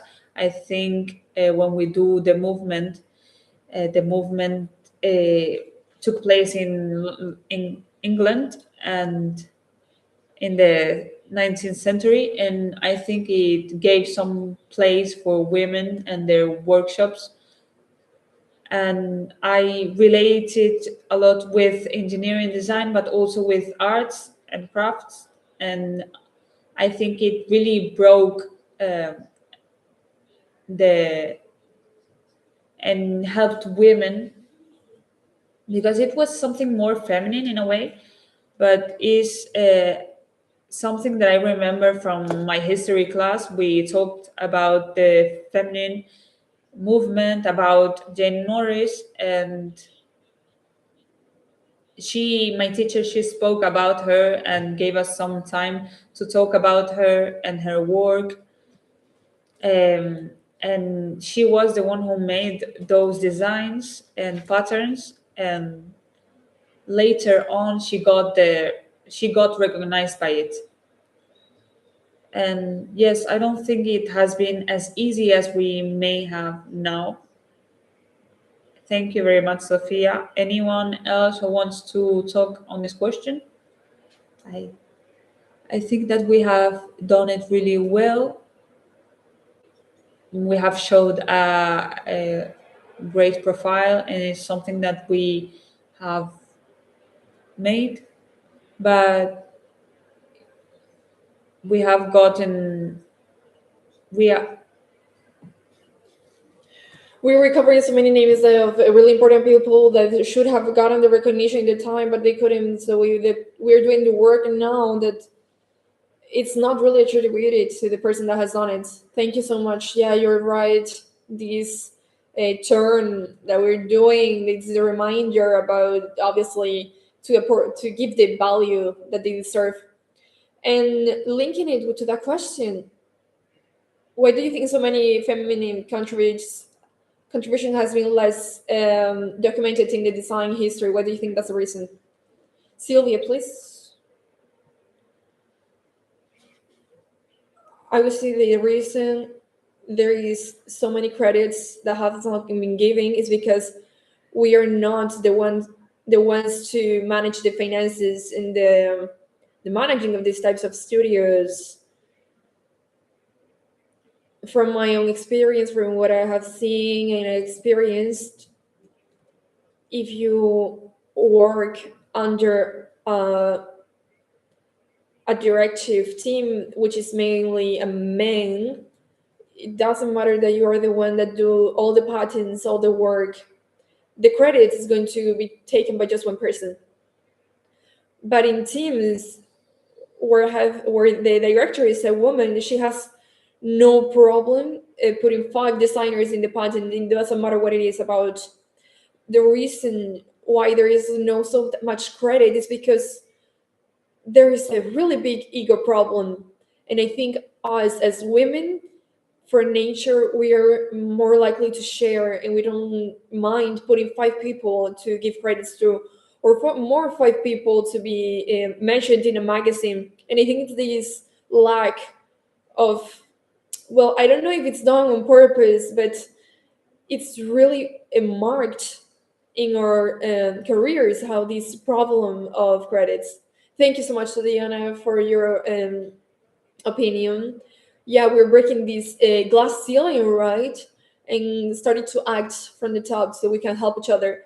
Yeah, and I would also like to add that I grew up in Colombia, where we have this culture, this real patriarchal culture, and for respect, you don't ask if your boss is saying that they did a magazine and you were not mentioned. You don't say anything.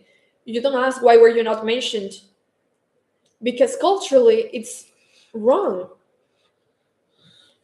to criticize or to ask for these credits. So it's are some systematic questions actually, because even the women in these positions, they don't realize that they have the need to give to get credits for their things, because they are part of the system that we grew up in. Maybe we have to not speak up, but just claim the place that you bring to the table. Thank you so much, Diana. Angela, anything else that you want to add?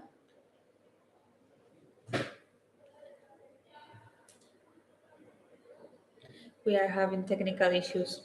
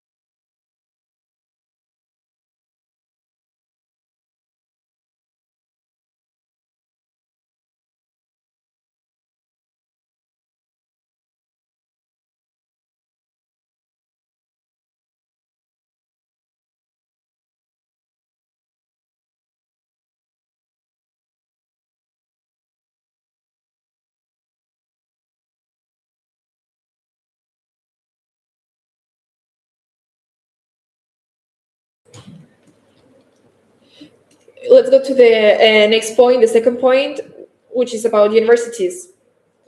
When we were in the first day talking about working, one of the things mentioned is that here in our school, 62% are women. The women starting the design major, and I want to emphasize here that we have to update how the maintain the feminine presence? Is this presence translated into the opportunities in the working field?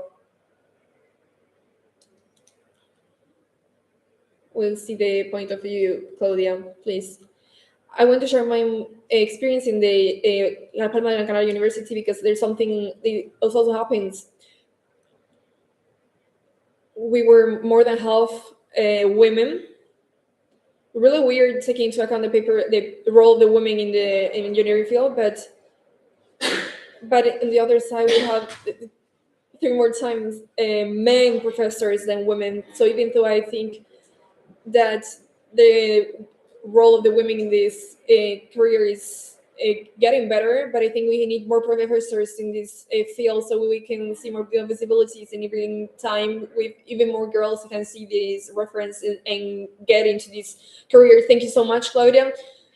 Yeah, we're talking about the percentage. I teach mechanical engineering. We have a 5 to 10% of girls, and in design it's really much more, between a 15 and 60%, which really makes me really happy, because what we were talking about, that inside this the teaching staff, we have not that many female professors.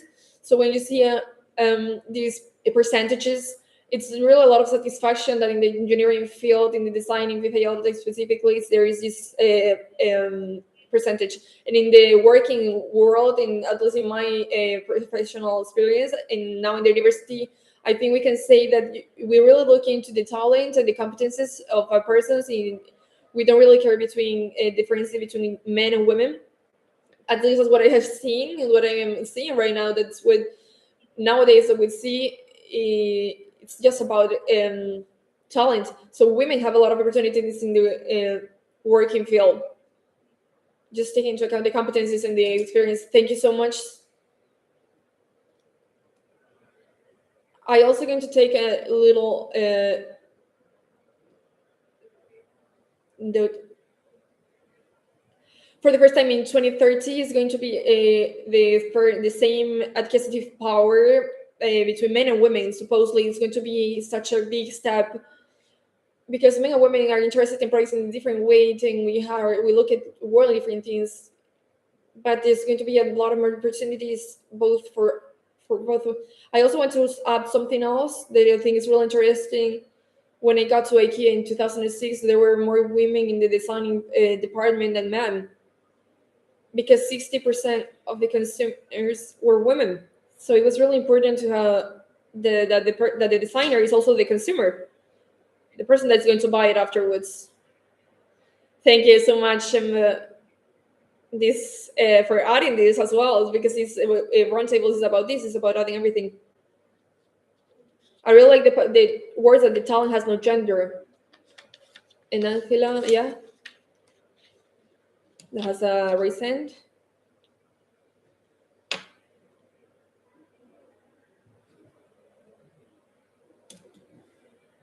We have lost the audio again, sorry.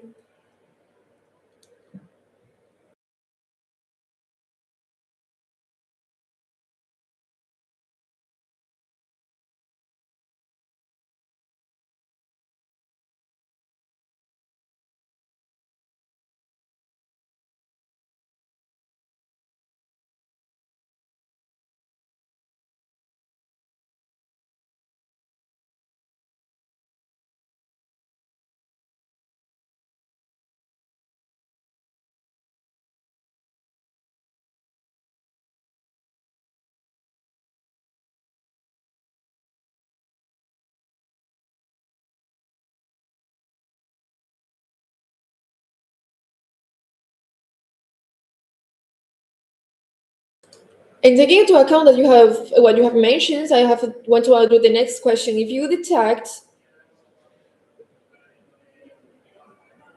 in academic projects, the way that you evaluate these, if you see any differentiation between men and women. No, that's a great news, actually, that you cannot find this nowadays. then if there is no this differentiation, is it necessary to have some curricular changes to make an education that's also taking into account by gender? Is not necessary to take into account this question even in the university curriculum. I can start. I studied a master in industrial design in the 90s in the UK, and they asked me all the time why I was there, because I was the only question, because I don't see that in my classroom, because I have so much more women than have students and men, and the teaching staff is really equilibrated between men and women. In the Polytechnic University in Valencia, I think it's really we have a little 50-50% of, not exactly, but we have a lot of women, and I think it's as female students can see that, even the male students can see this, and it's something that we have to share, and it's something that we have to take into account. Yeah, I also talked about the question before.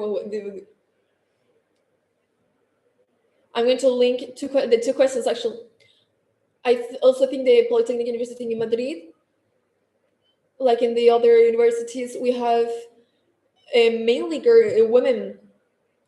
We understand that the works that are done, there are no differentiation between gender, at least in the working field, but in relation with what can be changed or integrated. There is something really important that Angela has mentioned,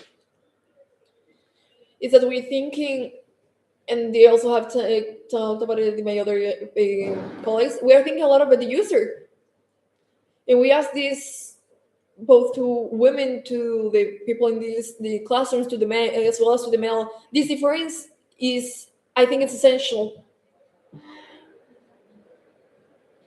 Now, I don't know if it's because of us or because of the industrial design is going to solve problems of the society. We need to know the user, whatever it is, whichever it is. So I think that integrated into our CVs, obviously, and it's going to maintain there.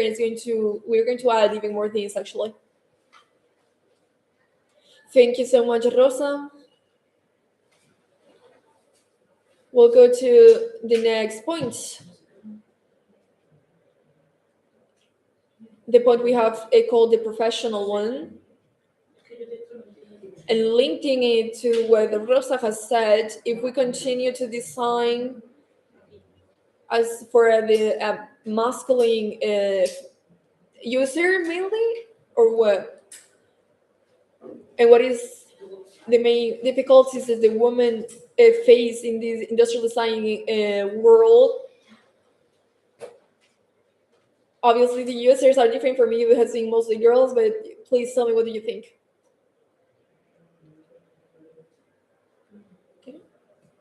I think there are determined areas where we have different references, and they usually are male.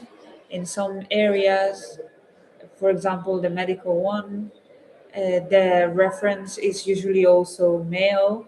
I think there we have a big field where we measure and we should change this. And I think, for example, in EPIS design, in this type of elements that are essential, I think this is still a place where women still have to try to wear more male outfits or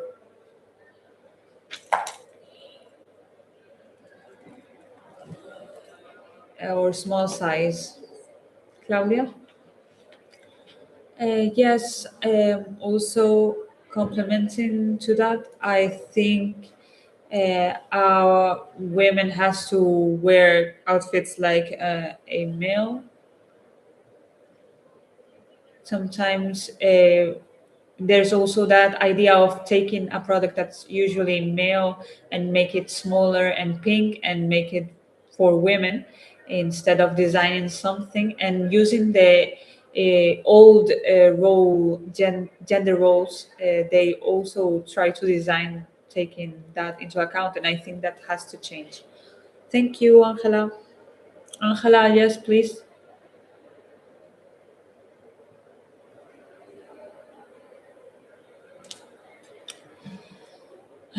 Technical issues, sorry.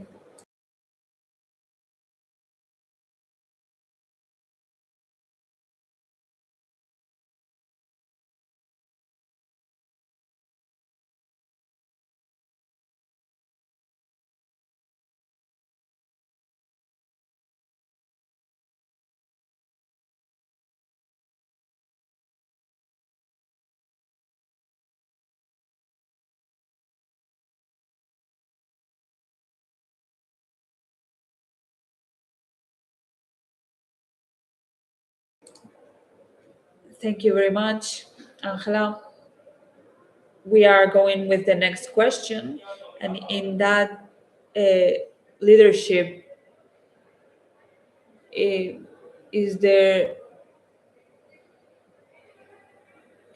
any difference into the access of authority or the directory, even though we are more women in this field of designing, as we have seen in the different schools, actually?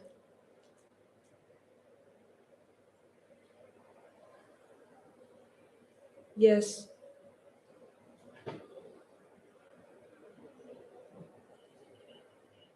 I don't know if I understood correctly the question, if there are any differences into choosing leadership roles between genders. Yes, I have seen it a lot in searching for sponsors. Sometimes it's not only a designer, it's also an entrepreneur.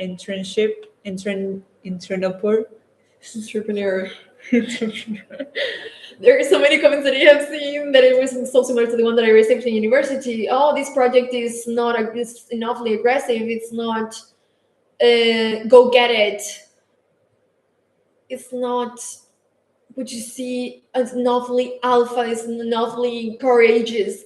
Is this question that qualifies you as really a masculine stereotype? If you're all tall, if you speak rougher, if you're more, how do you say, more masculine, yeah, and the way you present yourself, if you're the opposite way, you are seen as a person that is not sure of themselves, of the projects they're showing, of what they do, and that has a lot to do with the leadership and how the leaderships are in projects are giving, actually. So it's a lot easier for projects, and let's say for the senior positions to be given to men, because they have these behaviors, and because they're going to act this way. And many times when you're soft, when you speak softly, doesn't mean you don't have authority or you don't know about the topic. It's just you speak softly. And people in directive positions, they think you don't have, like, let's just say, like, the balls to manage a client, and that's totally false. We do have different ways of managing this leadership part, but it's just simply because if you're not in this way, we don't have balls enough. And going with that answer, what can we do in the universities to better prepare our students, our female students, to try to take those challenges, without trying to take that male leadership? In the university, I just see that we have to work on the education, because I think that the gender topic is something that has to do with education. And I think in university, we just have to take it out of the classroom, trying to help them contact with the different professional places and companies, so they can work with real challenges. I think they have to work with the reality and with challenges that they can really take on in the future. Sophia. I also wanted to comment. I don't know if I answered your question, but I think that with the small experience that I have worked on, especially here in the university, I think there is a big difference between the women and the men. I think women, we are more sensitive, and we sometimes are seen as something negative, something bad. And I have noticed that they usually see it as, when we are more masculine, they usually see us better. And maybe if you are feeling more sensitive with work, and you have only male students around, it's really cool to talk with a female teacher that can relate to you and to your feelings. And I think I am really happy with all those teachers who have helped me and who have felt like me. And I think we can build something really great if we visualize more women and our feelings and the way we work. And I think I was more comfortable sharing those experiences with female teachers and professors. So I don't think the male professors have bad intentions, but I don't think they really connect as well with us. I want to talk about shared leadership. I think we can have leadership with two people, a man and a woman, and I think that's also important. Seeing different perspectives, points of views, and get into. I also want to think about that idea about the emotional design. I think it's really important, and I think it's really important in any phase, in the professional and an education phase. I once heard that in a education institute you shouldn't cry. I don't think so. I think emotions are really important, and I don't think it's something that should be stopped. Our feelings. Yes, we have seen a lot of emotions today. Diana, do you have anything to say? Yes, I think something important to form our strong students is show them how to work with abuse in the professional field with bullying. And um, I think that someone can get really scared with the all the situations where women are um, abused, and the way that people take advantage of them.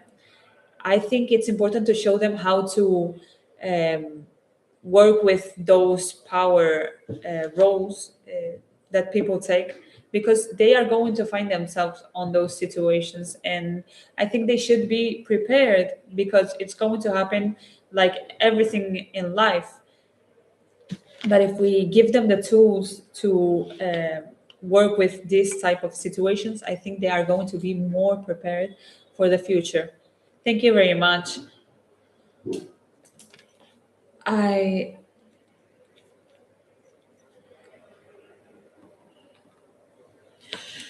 think the qualities of the doctor who is here with us today will probably be taking notes about it for the future, actually. So let's continue on.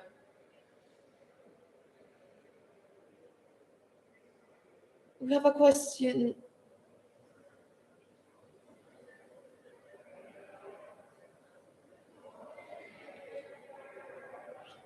A lot of the times, not even professors are educated in these kind of things. And this year, we have been able to access this service, informations, and little talks in the classroom to visualize.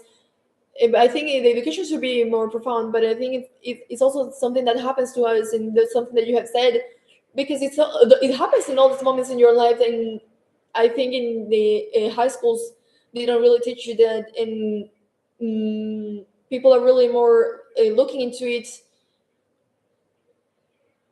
anymore, but not in the professional field. I also wanted to add this to the table, and I wanted to give you the example because we were faced with this and we didn't know what to do, and we had to talk with a professional actually. Thank you so much, because it's a round table for everyone. We'll talk about gender roles. We have different questions, but let's start with maybe with the ones that we think are the most important because we are short of time. And it's that if the gender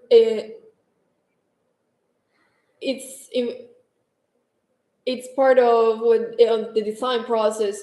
I do think so, because when I thought about this the first time, I thought that there was no way of designing masculine and feminine. But then I started to think about it, and I think everyone, there's professionals in their sector, in their area.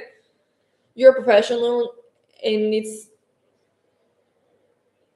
that you're what you are. You can act the way you want, but every time it's going to come up the way you are.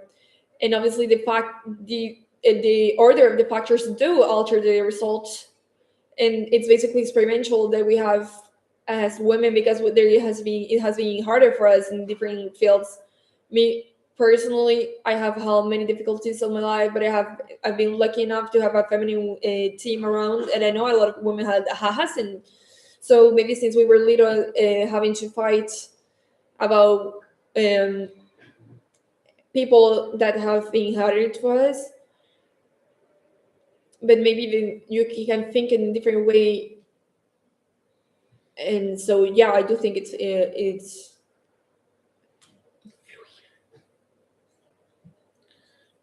and I keep on saying that we have to need diversity on the teams, also handicapped people, disabled people. Influir. We need I need a wide point of view so people add up to the to it, not to. I really like to use movie references. There's a one that I really like. This that Pride Society. There's a really interesting question when the professor, the Robert Williams, tell them to get on the table so they have a different perspective, and that's a little bit relevant to what she said. Different point of views, different visions help you in any projects.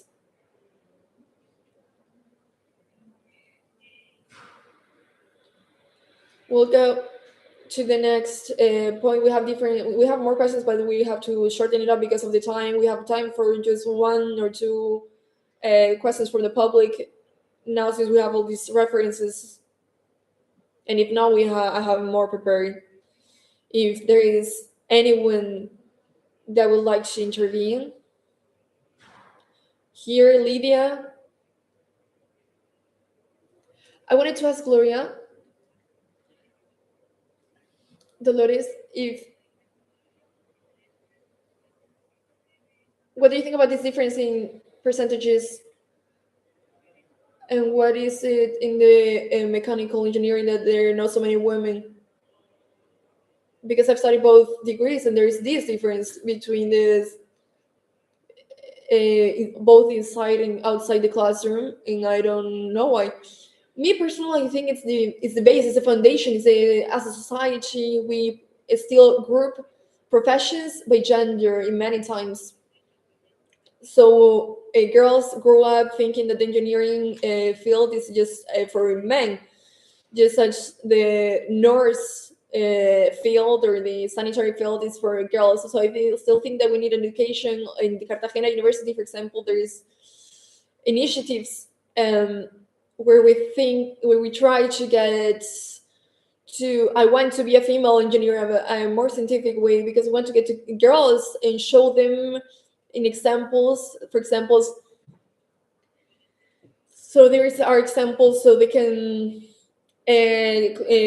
bring engineering to women, because still today in the middle of the 21st century we still think that women cannot be in determined professions, and we still have to work in that field, in that thing, because I still think that women have proved time and time again that they are more than capacitated to work in any field, and this just trying hard and having the will to do it. I think there is no limits, and we have seen today so many examples that the limits cannot be our limits cannot be put by anyone else. We have to work on them by ourselves. Thank you so much. Any other question, or should we go directly to one of us or questions?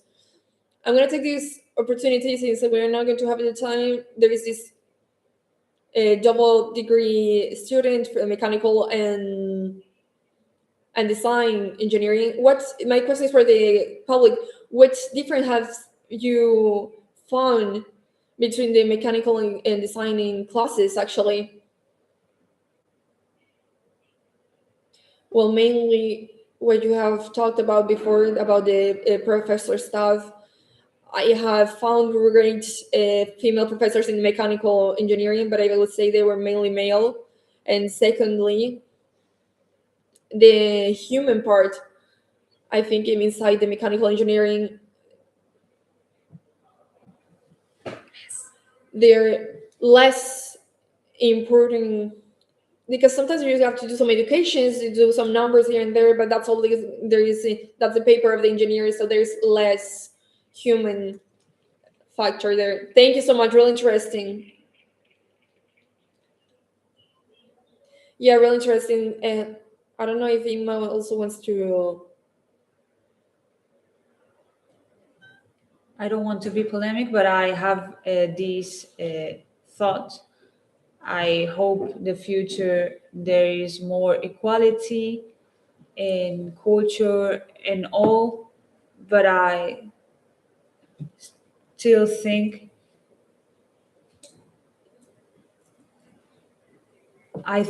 that women,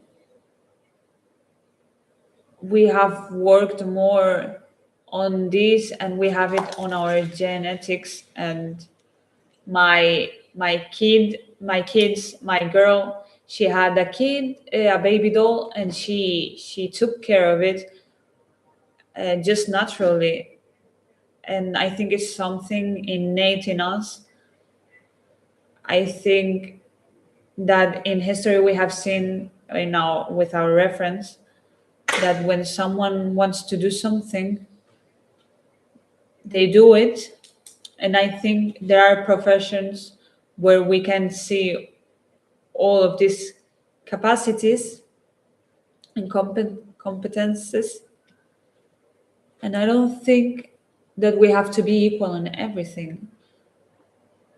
There are differences, and we shouldn't all be the same. Well, yes, I think there is a difference, but I think the important thing is that we can all have access to any role that we want to. And I think that's the problem nowadays. And I think that as things are changing, thankfully, uh, we there is a more open vision, and these roles in the houses and homes are also changing. I don't want to analyze too much, but I think there's a lot of work to do still. And I think that future kids are going to have more opportunities, and this that they have now in their blood, I hope it's not the same as in the future. Thank you very much. That was really beautiful. I think it was great what you said. And just to finish, we are here now, but what are we seeing for the future? I would uh, like to talk just a little bit because we don't have time, but I would like for the speakers here to say with one word what they would like to see in the next 10 years in the future in design. And just with word, okay, we are going to start with Angela. We are going to go with each one. So Angela, one word.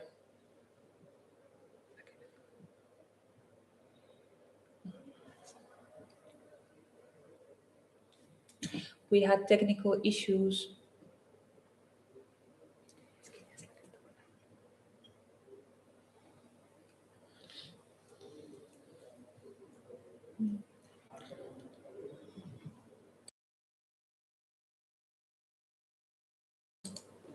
Thank you very much. Yes, we are going to remember that word. And now, Sophia, what's your word? I'm going to develop a little bit my answer. I would like to see a help resource. So, and I would like more conversations between women. And yes, I would like women to get together in the company and to help each other and to help to all those new girls that are getting into the company. So yes, I'm going to say my word is resources. I have two words. It would be without prejudice. I want to go and work without stereotypes and prejudice.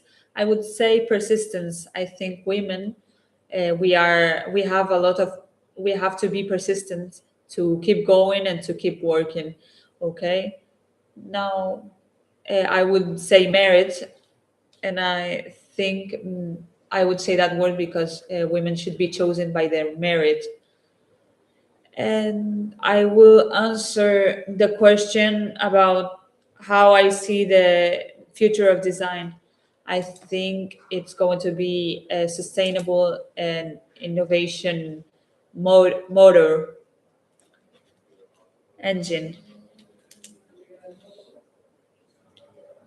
And I think it's trying to visualize and try to find equality in leadership roles and in every sector. Thank you very much for everyone who has participated and all the speakers in the round table. Thank you very much.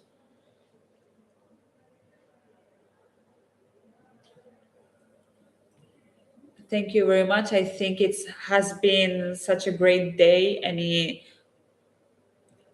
it has been a process, but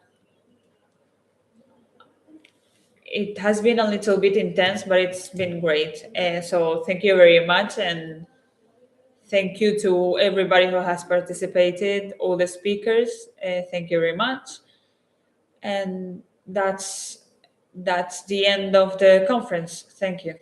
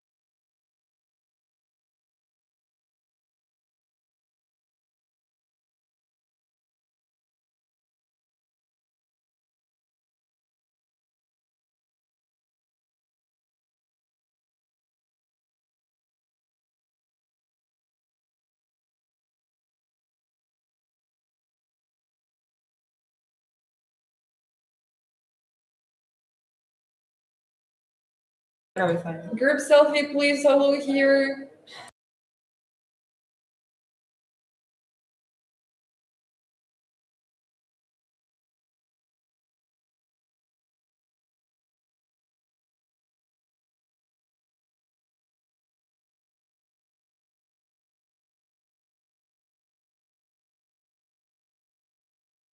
The first award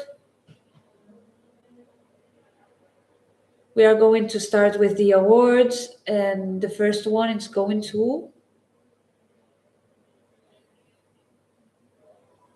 The first award is for Elena Claver Lopez.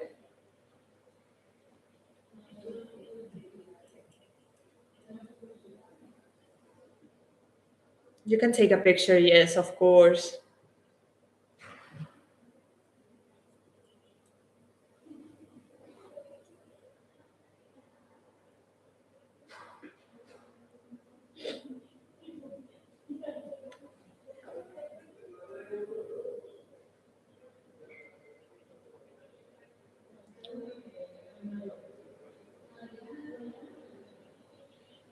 Okay, now with the second award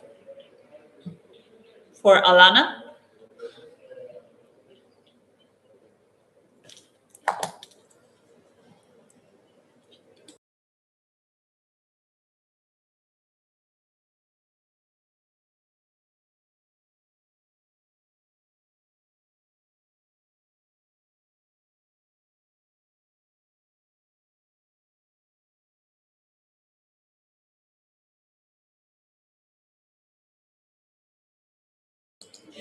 The third award is for Carmen Torres Guial.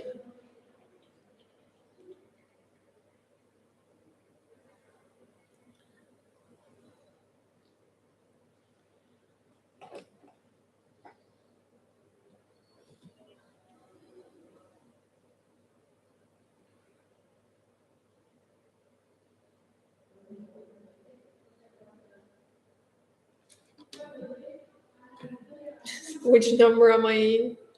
Fourth award for Victoria García Martínez.